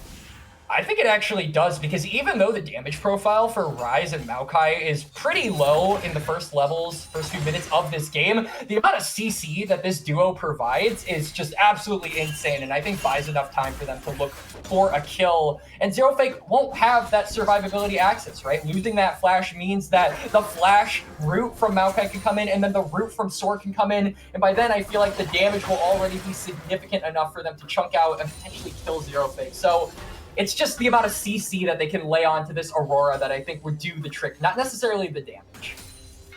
A big pain point for UMN in this series really has been their solo lanes falling very far behind compared to Denethor and Sword. Even in that Silas game, the CS difference really kept Sword potent up against that 9-kill Silas. We're getting pretty crafty with this jungle clear as well from Cal. We are full vertical, I'm now realizing. Yeah, we are. So Wilson is just taking complete control of the bot side of the map. You can see Zutter is actually cutting across, hoping to intercept him on the Wolves. Zero Fake is roaming as well. Here we go. Early level scrap coming across. Wilson is going to be completely trapped as Porty is here first. Big shield comes out from the Karma though, and yeah, Gophers, you guys are backing up. You're going to be able to back up your jungler to steal away that Wolf camp, and somehow no summer is burned, but a lot of bodies. Yeah, so it's actually not that bad for UMN. They secure the big Wolf, and Zutter will have an entire side of camps to come back to, which is good for the Nocturne. If he can get a CS lead over this Maokai, it means that he'll get level 6 sooner, and like he said, that is just the big trigger pull moment for the jungler of UMN. So whatever gets him closer, I would say is an advantage for them at the end of the day, and stealing away that big Wolf certainly is one. Gotta direct the attention towards this next set of the first set of grubs spawning in about a minute 20's time. Priority has been big there for Winthrop in this game. Every single one of these games, they've been able to grab mites of some kind.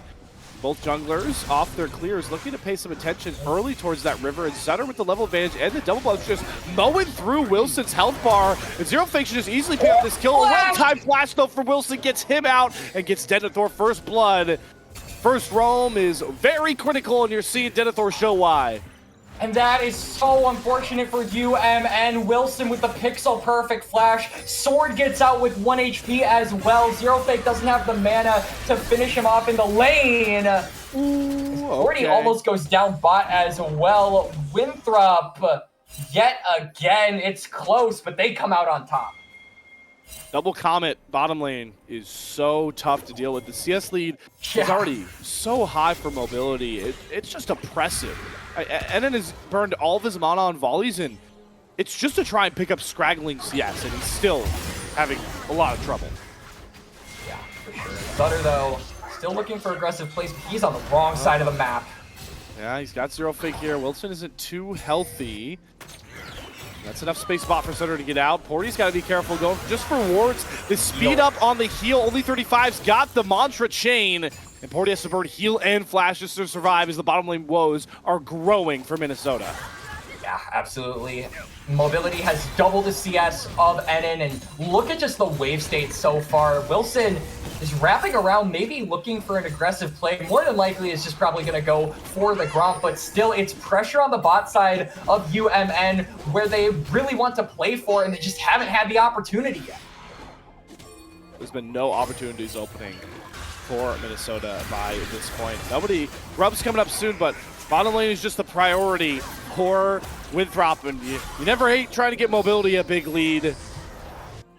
Yeah, absolutely. Mobility, yeah, proved that for sure in game number 3, that when he gets the ball, he won't miss. He'll hit 3-pointers all day.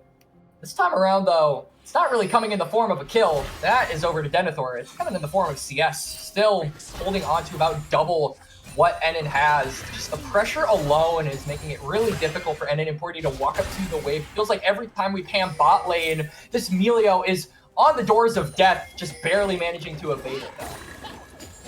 And again, Quacks, the reason Winthrop is just a cut above in this series, they just don't need kills to accrue such big leads. Yeah. Look at the CS discrepancies in these lanes again. I mean, Sword and Mobility are almost double CS up their counterparts right now.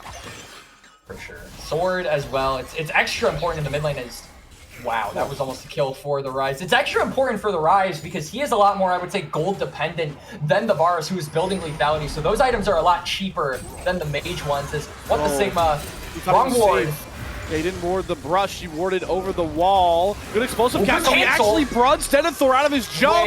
But the Sigma outplaying the dive here. Do Winthrop really want to commit to this? The turret's ramping up. Wilson down next. What the Sigma with the 1v3 outplay.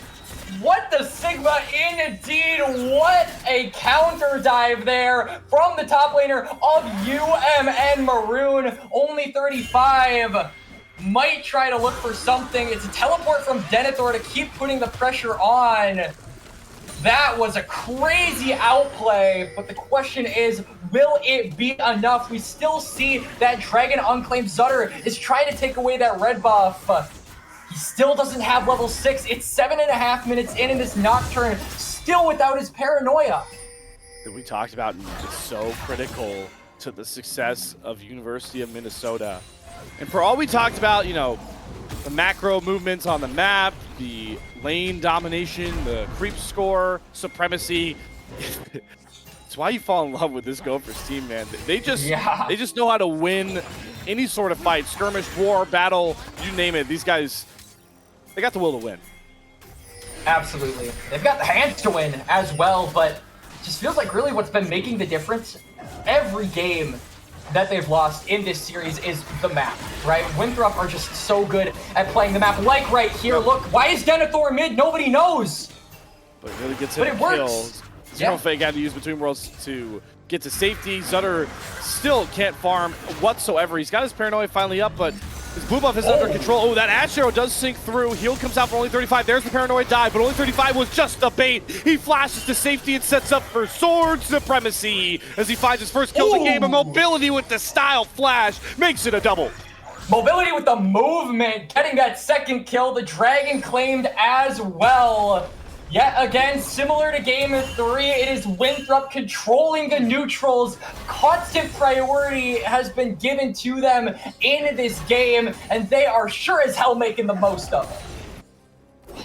Grab the Dragon, they've got the first 3 grubs, and most importantly, they've got the kills on higher priority targets. As cool as what the Sigma outplay was, if you told University of Minnesota 10 minutes into their do or die game 4 that they only have 2 kills on a Gragas top, I know they'd be wary. They certainly would be wary, especially when they look at the kills being evenly spread across a Gnar, a Ryze, and a Lethality Varus. And that Lethality Varus, we didn't talk about this really in the draft, but I think an extra little oomph onto this build being brought by Mobility is that Minnesota don't really have a centralized tank. Right, obviously you have some tankier members like Gragas does have sustain, will be building health items, same goes for Nocturne, but they're not really definitive frontliners, right? So Lethality is going to be really good at chunking down some of these less tankier champions when they don't have the protection of a tried and true tank to be able to soak up a lot of that damage. It's just going to be impossible to touch Mobility later into the game. As he's looking to go 1v2, throwing down ultimates, pulse checking this bottom lane for UMN. So we're trading Arrow for Chains of Corruption, and Mobility is a sleeping giant starting to awake from his slumber again, just like that Corki game. Yep.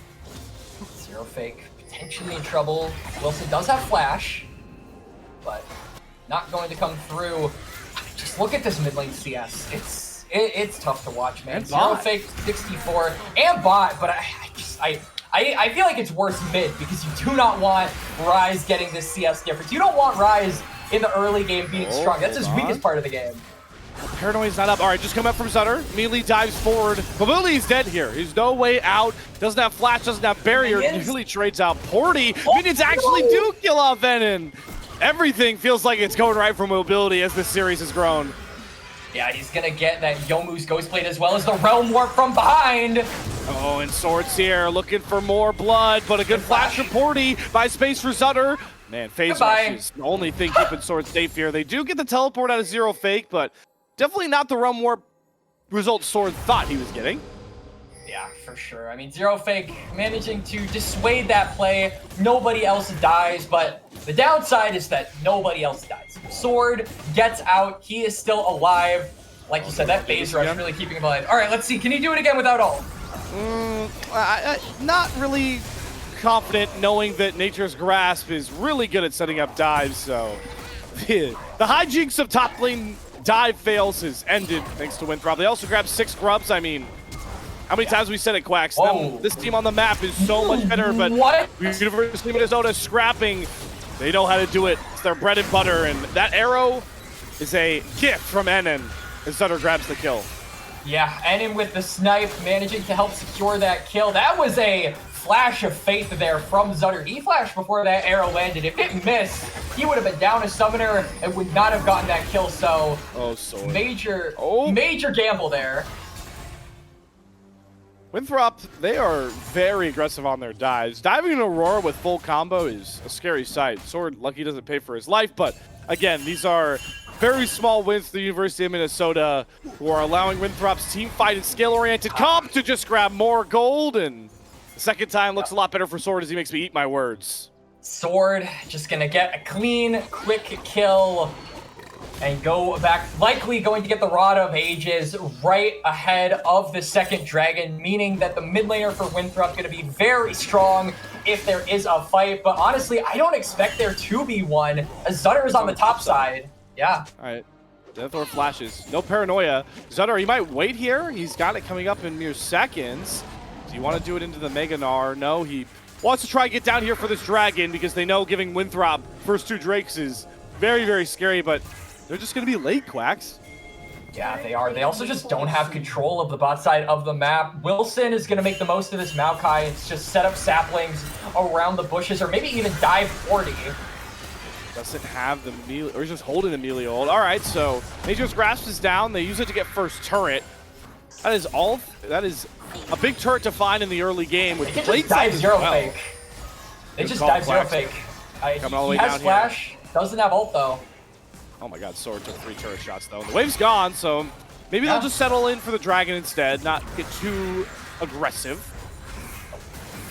Yeah, we're not going to do anything too overzealous, especially with the dragon having spawned on the bot side. What the Sigma has teleport, so does Denethor. So if there is a fight that breaks out on the bot side, the top laners can join up. Winthrop, though, really in no position. Yeah, they're in no position to rush this, if I'm being completely honest with you. Meanwhile, UMN are very much in a position to try and rush this. They have to rush this. They have to equalize the Dragon's count. Yeah, but they got a brief window. What the Sigma just TP'd? He just TP'd bottom lane. Wait. There's no fight, and now he has to run all the way back top. That is a very useless teleport, I have to say. Did Winthrop see the teleport? Because if they didn't, then, you know, they can't know if they didn't see. I think he showed mid-wave, though. I think he caught the mid-wave because they don't have mid-tier 1 turret. I don't know. Yeah, so it's a weird teleport, but nonetheless, it's a dragon going over to UMN. But now Zero Fake might be in a lot of trouble. Yep, here's the dive, and it's looking cleaner and cleaner every time. The first one we don't talk about anymore because now Winthrop are so confident, so far ahead that turrets, they're a distraction to them. They just need kills. Absolutely, and they are going straight for those kills. It's 3 onto Sword, it's 2 onto Denethor. The solo laners have looked so impressive in this series. Even when they lost, Sword on that Azir in game number 2 was the bane of UMN's existence, was the reason it took them so long to close out that late game. And now, dare I say, he's on a more prominent, powerful late-game champion in the Rise, so the task is taller for UMN. They're down 4,000 gold, and the worst part is they don't really have a defined win condition here. Zero Fake is super far behind. I don't think What the Sigma is going to be a prominent carry on this Gragas, and Enon is 50 CS down compared to mobility, so it is looking grim here 16 minutes in for UMN Maroon. They are a mid-game comp, dependent on the ult combos of their mid-jungle, and they are too far behind to even try any of these plays. We do see the Paranoia dive in. I don't know if we've lost. I don't know what Directed Cam's up to. They're really infatuated by Denethor going Mega Gnar here, as Sword gets the root there onto What the Sigma, and the key component of the UMN comp, Paranoia plays, falls flat. Nobody dies, and now they have no way to really contest this Herald. And they tried to look for a pick. They committed a bunch of ultimates for that, their top side in particular, losing theirs to make something happen, but nothing goes through. As Wilson maybe just looking to run away, regroup with his team. Are they going to chase deeper, though? Oh, yeah, he uses the Seekers to find the Gragas. First kill found, but now Sword, kite back your Ash Arrow is going to find its mark, and that's a huge shutdown given over to Zero Fake. Heals coming across, Denethor tries to go Mega, but he's got no friends left in this industry. Denethor to go down, good flash away for the piercing arrow as Porty survives, and it's the same demon plaguing Winthrop when fights start coming, when 5v5s are there, no matter the gold deficit. Minnesota are just up for the task. Minnesota managed to make it happen yet again for the first time in game number 4, but they aren't able to transition that into anything. They've got to go back, clear the waves on top side. That Herald is up right for the taking, but UMN, they're just not in a position to go for it. They don't want to risk it. But still, it's kills in the pocket of UMN Maroon, and a fighting chance, a brief, very faint, dim light has lit itself in this game for them. The only way that they can win, and it's still a long road back, but leaning, indexing into just scrapping it out, it's how they won game 2, it's how they kept game 1 pretty close. The question just continues to become, have Winthrop figured out how to calm down, how to prevail, knowing that they play every other aspect of League of Legends much better in this matchup? For sure. I mean, even on Vision, they are unafraid to go for this Herald. They recognize that they're just stronger, right? The fact that that fight was won, that was an anomaly, not the norm. They're going to go for the Herald. The Dragon comes up in 45 seconds. This is what Winthrop really like to do. They like to use this as a transitioning tool to take control of the other side of the map. They use the Herald to secure a Dragon. That is kind of a thing that we've seen common from them in this series so far. And UMN, I feel like they just have to respect it. They can't really look for a contest on this Drake. No, they're just not in position. I do want to say, though, I find it hilarious. Sword, hold on. Porty might be caught. One Sapling starts it all, and Porty goes down. Nice Jane's interruption over the wall there. Here comes the Paranoia from Zutter, and as quickly as he goes in, he runs out. There it is. Ash Arrow, Paranoia, nothing. And now Sword just gets to bully Zero Fake on the side. 6 grubs is a hell of a drug. We all know it. Another mid-tier 2 turret going down. Minnesota are just not able to contest anything right now. The kills are close, but the map is not moniker for this game. Winthrop just been dominating around this mid lane, keeping up a vision, looking for picks, finding those angles. And now they're just gonna pop the Herald in the bot lane, take this turret. They're not even in a rush to go for the Dragons here, for crying out loud, Slayer, because they know they don't need them to win. No, it's just small cuts over and over again. Death by attrition is the goal here for Winthrop, and they're making it look pretty deadly by this point. Minnesota stacked up as 5. They're coming down to try and contest the Dragon, but I don't think Winthrop really care much about the Dragon unless they do the Death Brush. Remember, there's no Ash Arrow, there's no Paranoia to really start off this fight. This is a fight that will be marred by lack of ultimates, and Winthrop don't want it. They say, hey, we got 6 scrub, there's the mid wave, let's break their base open. This Dragon is 3rd Drake in the game, who cares? Yeah, absolutely. They're actually not really going to over-index into the mid lane. They're just going to go for a reset and maybe look to go straight for the Otacon. Sword is going to open up the mid lane, force UMN to respond, and that'll buy time for the Golden Eagles to say, let's just go to this topside objective. UMN, though, don't care about the wave. They're saying, we'll get it on the way. We want to contest this topside. Wow. And Winthrop, I mean, they got the back, so they have item advantages. This is a very difficult spot for UMN to realistically fight from. They don't have vision that deep into the jungle. They don't have a lot of information from the river, and they're down in items. They're down in power to the Golden Birds. Oh. There's the second item that Mobility went for the reset for, and boy, does it hurt. Also got 2 items on Wakao, gets the Underneath Despair done by this point.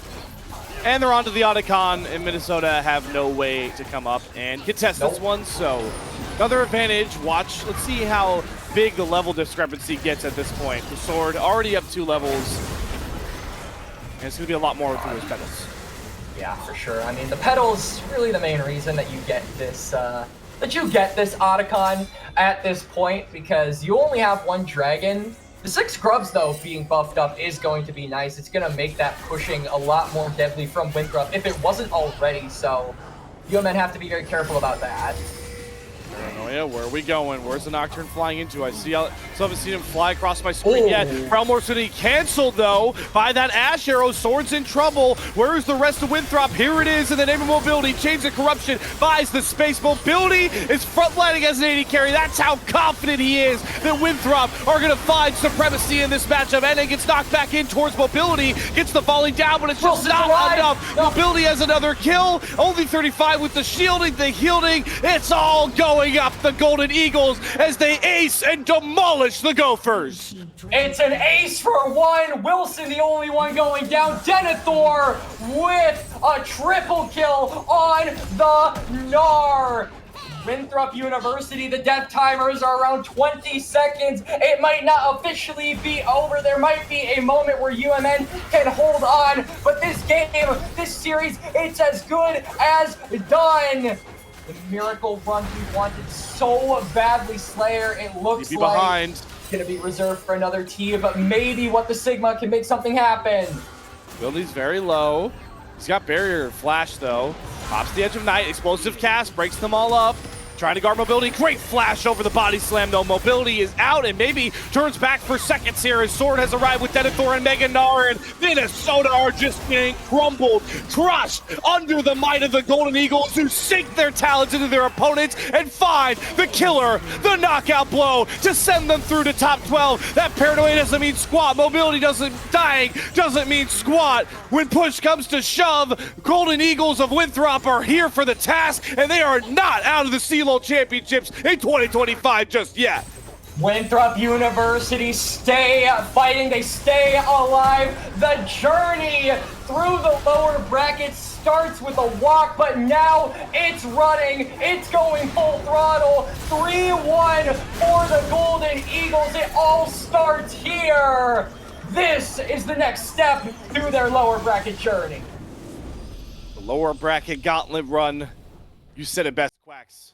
It is one step at a time through this point, and Winthrop, well, it got murky at points when they really locked in. Those last two games, I mean, were completely lopsided. And sending UMN love, to be honest with you. A student-run program making it this far is insane. It is extremely impressive that they managed to get this far in top 32. So my heart goes out to the players. I was looking at Twitch chat and I'm hearing that most of these guys are either transferring or graduating. So this is the last CLOL game that the buddies are going to be playing together under the UMN banner. So we are wishing them all the best. It was an amazing fight here, even though it was 3-1. Huge respect to the possibility of a Cinderella story. Let's get that club founded. Let's get that graphic up one more time. Major salute to the Golden Gophers, Slayer. Yes, they went from, middling results in conference play to a CLOL championship appearance. 25th seed, I mean, that was already such a big thing to attain, to get the at-large bid, but now they can say they were a top 16 student-run club in the entirety of North America. Wishing the best for all those players, hopefully transferring, they get some bigger eyes on them. Maybe they're going to bigger programs. We'll find that out as the offseason comes across, but I'm glad you said it. Hopefully, University of Minnesota, they can use this to build an esports club. And yeah, this should be a sign, bro. This should be the start. This should be the start of something new. I'm hoping that UMN can rebuild from this and that this is not the last that we see from them. It might be the end of the road in 2025, but it might be you turning the page to a new chapter, not the end of the book. So I'm excited to see what's next, and I'm excited to see what's next specifically for Winthrop. We said that not only did they need to win this series, but they needed to win it convincingly, and I don't know if convincing is the word I would use. It was very scrappy, and there are a lot of things to work on. Yeah. But, it starts out rough, and it just gets cleaner with time. So maybe we're seeing the start of a miracle run from the Golden Eagles. Let's look at what the run looks like going forward, though. If we could fill out the lower bracket specifically, even if we don't have it updated for our current matchup, because, you talk about the fact that Winthrop, it was shaky to start the series. They drop a game, right? we're really kicking up the pedigree here in the next matchup. Winthrop are going to be playing either Fisher or St. Clair, and while they played the map very, very well, you can't get away with these type of fights and these pickoffs if you're playing either one of those programs, Quacks, and expect to win. And I would say that Fisher are likely the favorites in this best of 5. If I had to put my money on a team, I would say Fisher College probably going to be able to win this one out. So assuming that St. Clair meets them in that next round, it's going to be a tough match, right? This is going to be the 6th seed versus the 5th seed. So very neck and neck, very close. But St. Clair, in particular, this has been a team that I think really leveled up in 2025. They were a good team in their own right in 2024, but they look like a different beast here this year around. So I think Winthrop, like you said, they're not going to get away with the shenanigans that they pulled against UMM Maroon the second time around. So they have got to clean up the act a little bit if they want to continue their run through the lower bracket. I definitely agree. And again, for Winthrop and either St. Clair or Fisher College, any combo of those teams, top 12 is a failure of a year for those programs. So that will be a big time. I mean, that's the losers bracket matchup everyone is going to pay their attention to, but that will be looking forward towards later because we are currently going to be wrapping up our broadcast here. Big shout out to Grapes and Hawk for allowing us to come on a Salty Runback and bring you more coverage of what was a very fun day, even if we did shatter some glass slippers with University of Minnesota. Winthrop move on to top 12. Big shout out to our producer on this one. Ice Fire Ride had, I think, every single stupid tech issue that could be thrown at the guy, and he still got us through, pushed through, and allowed us to bring an amazing broadcast. Make sure to stay locked to the Salty Runback socials, as they will try their best to cover as many of these CLOL games that don't end up on the main broadcast, but continue to support Collegiate as we look to find the winner of the CLOL Championship bracket in Raleigh, North Carolina. Not too far away, but still a long road ahead that we will hope to be a part of, myself and Quacks, as much as we can be alongside Salty Runback. But for now, guys, take care and enjoy the rest of your Thursday. We'll see you soon.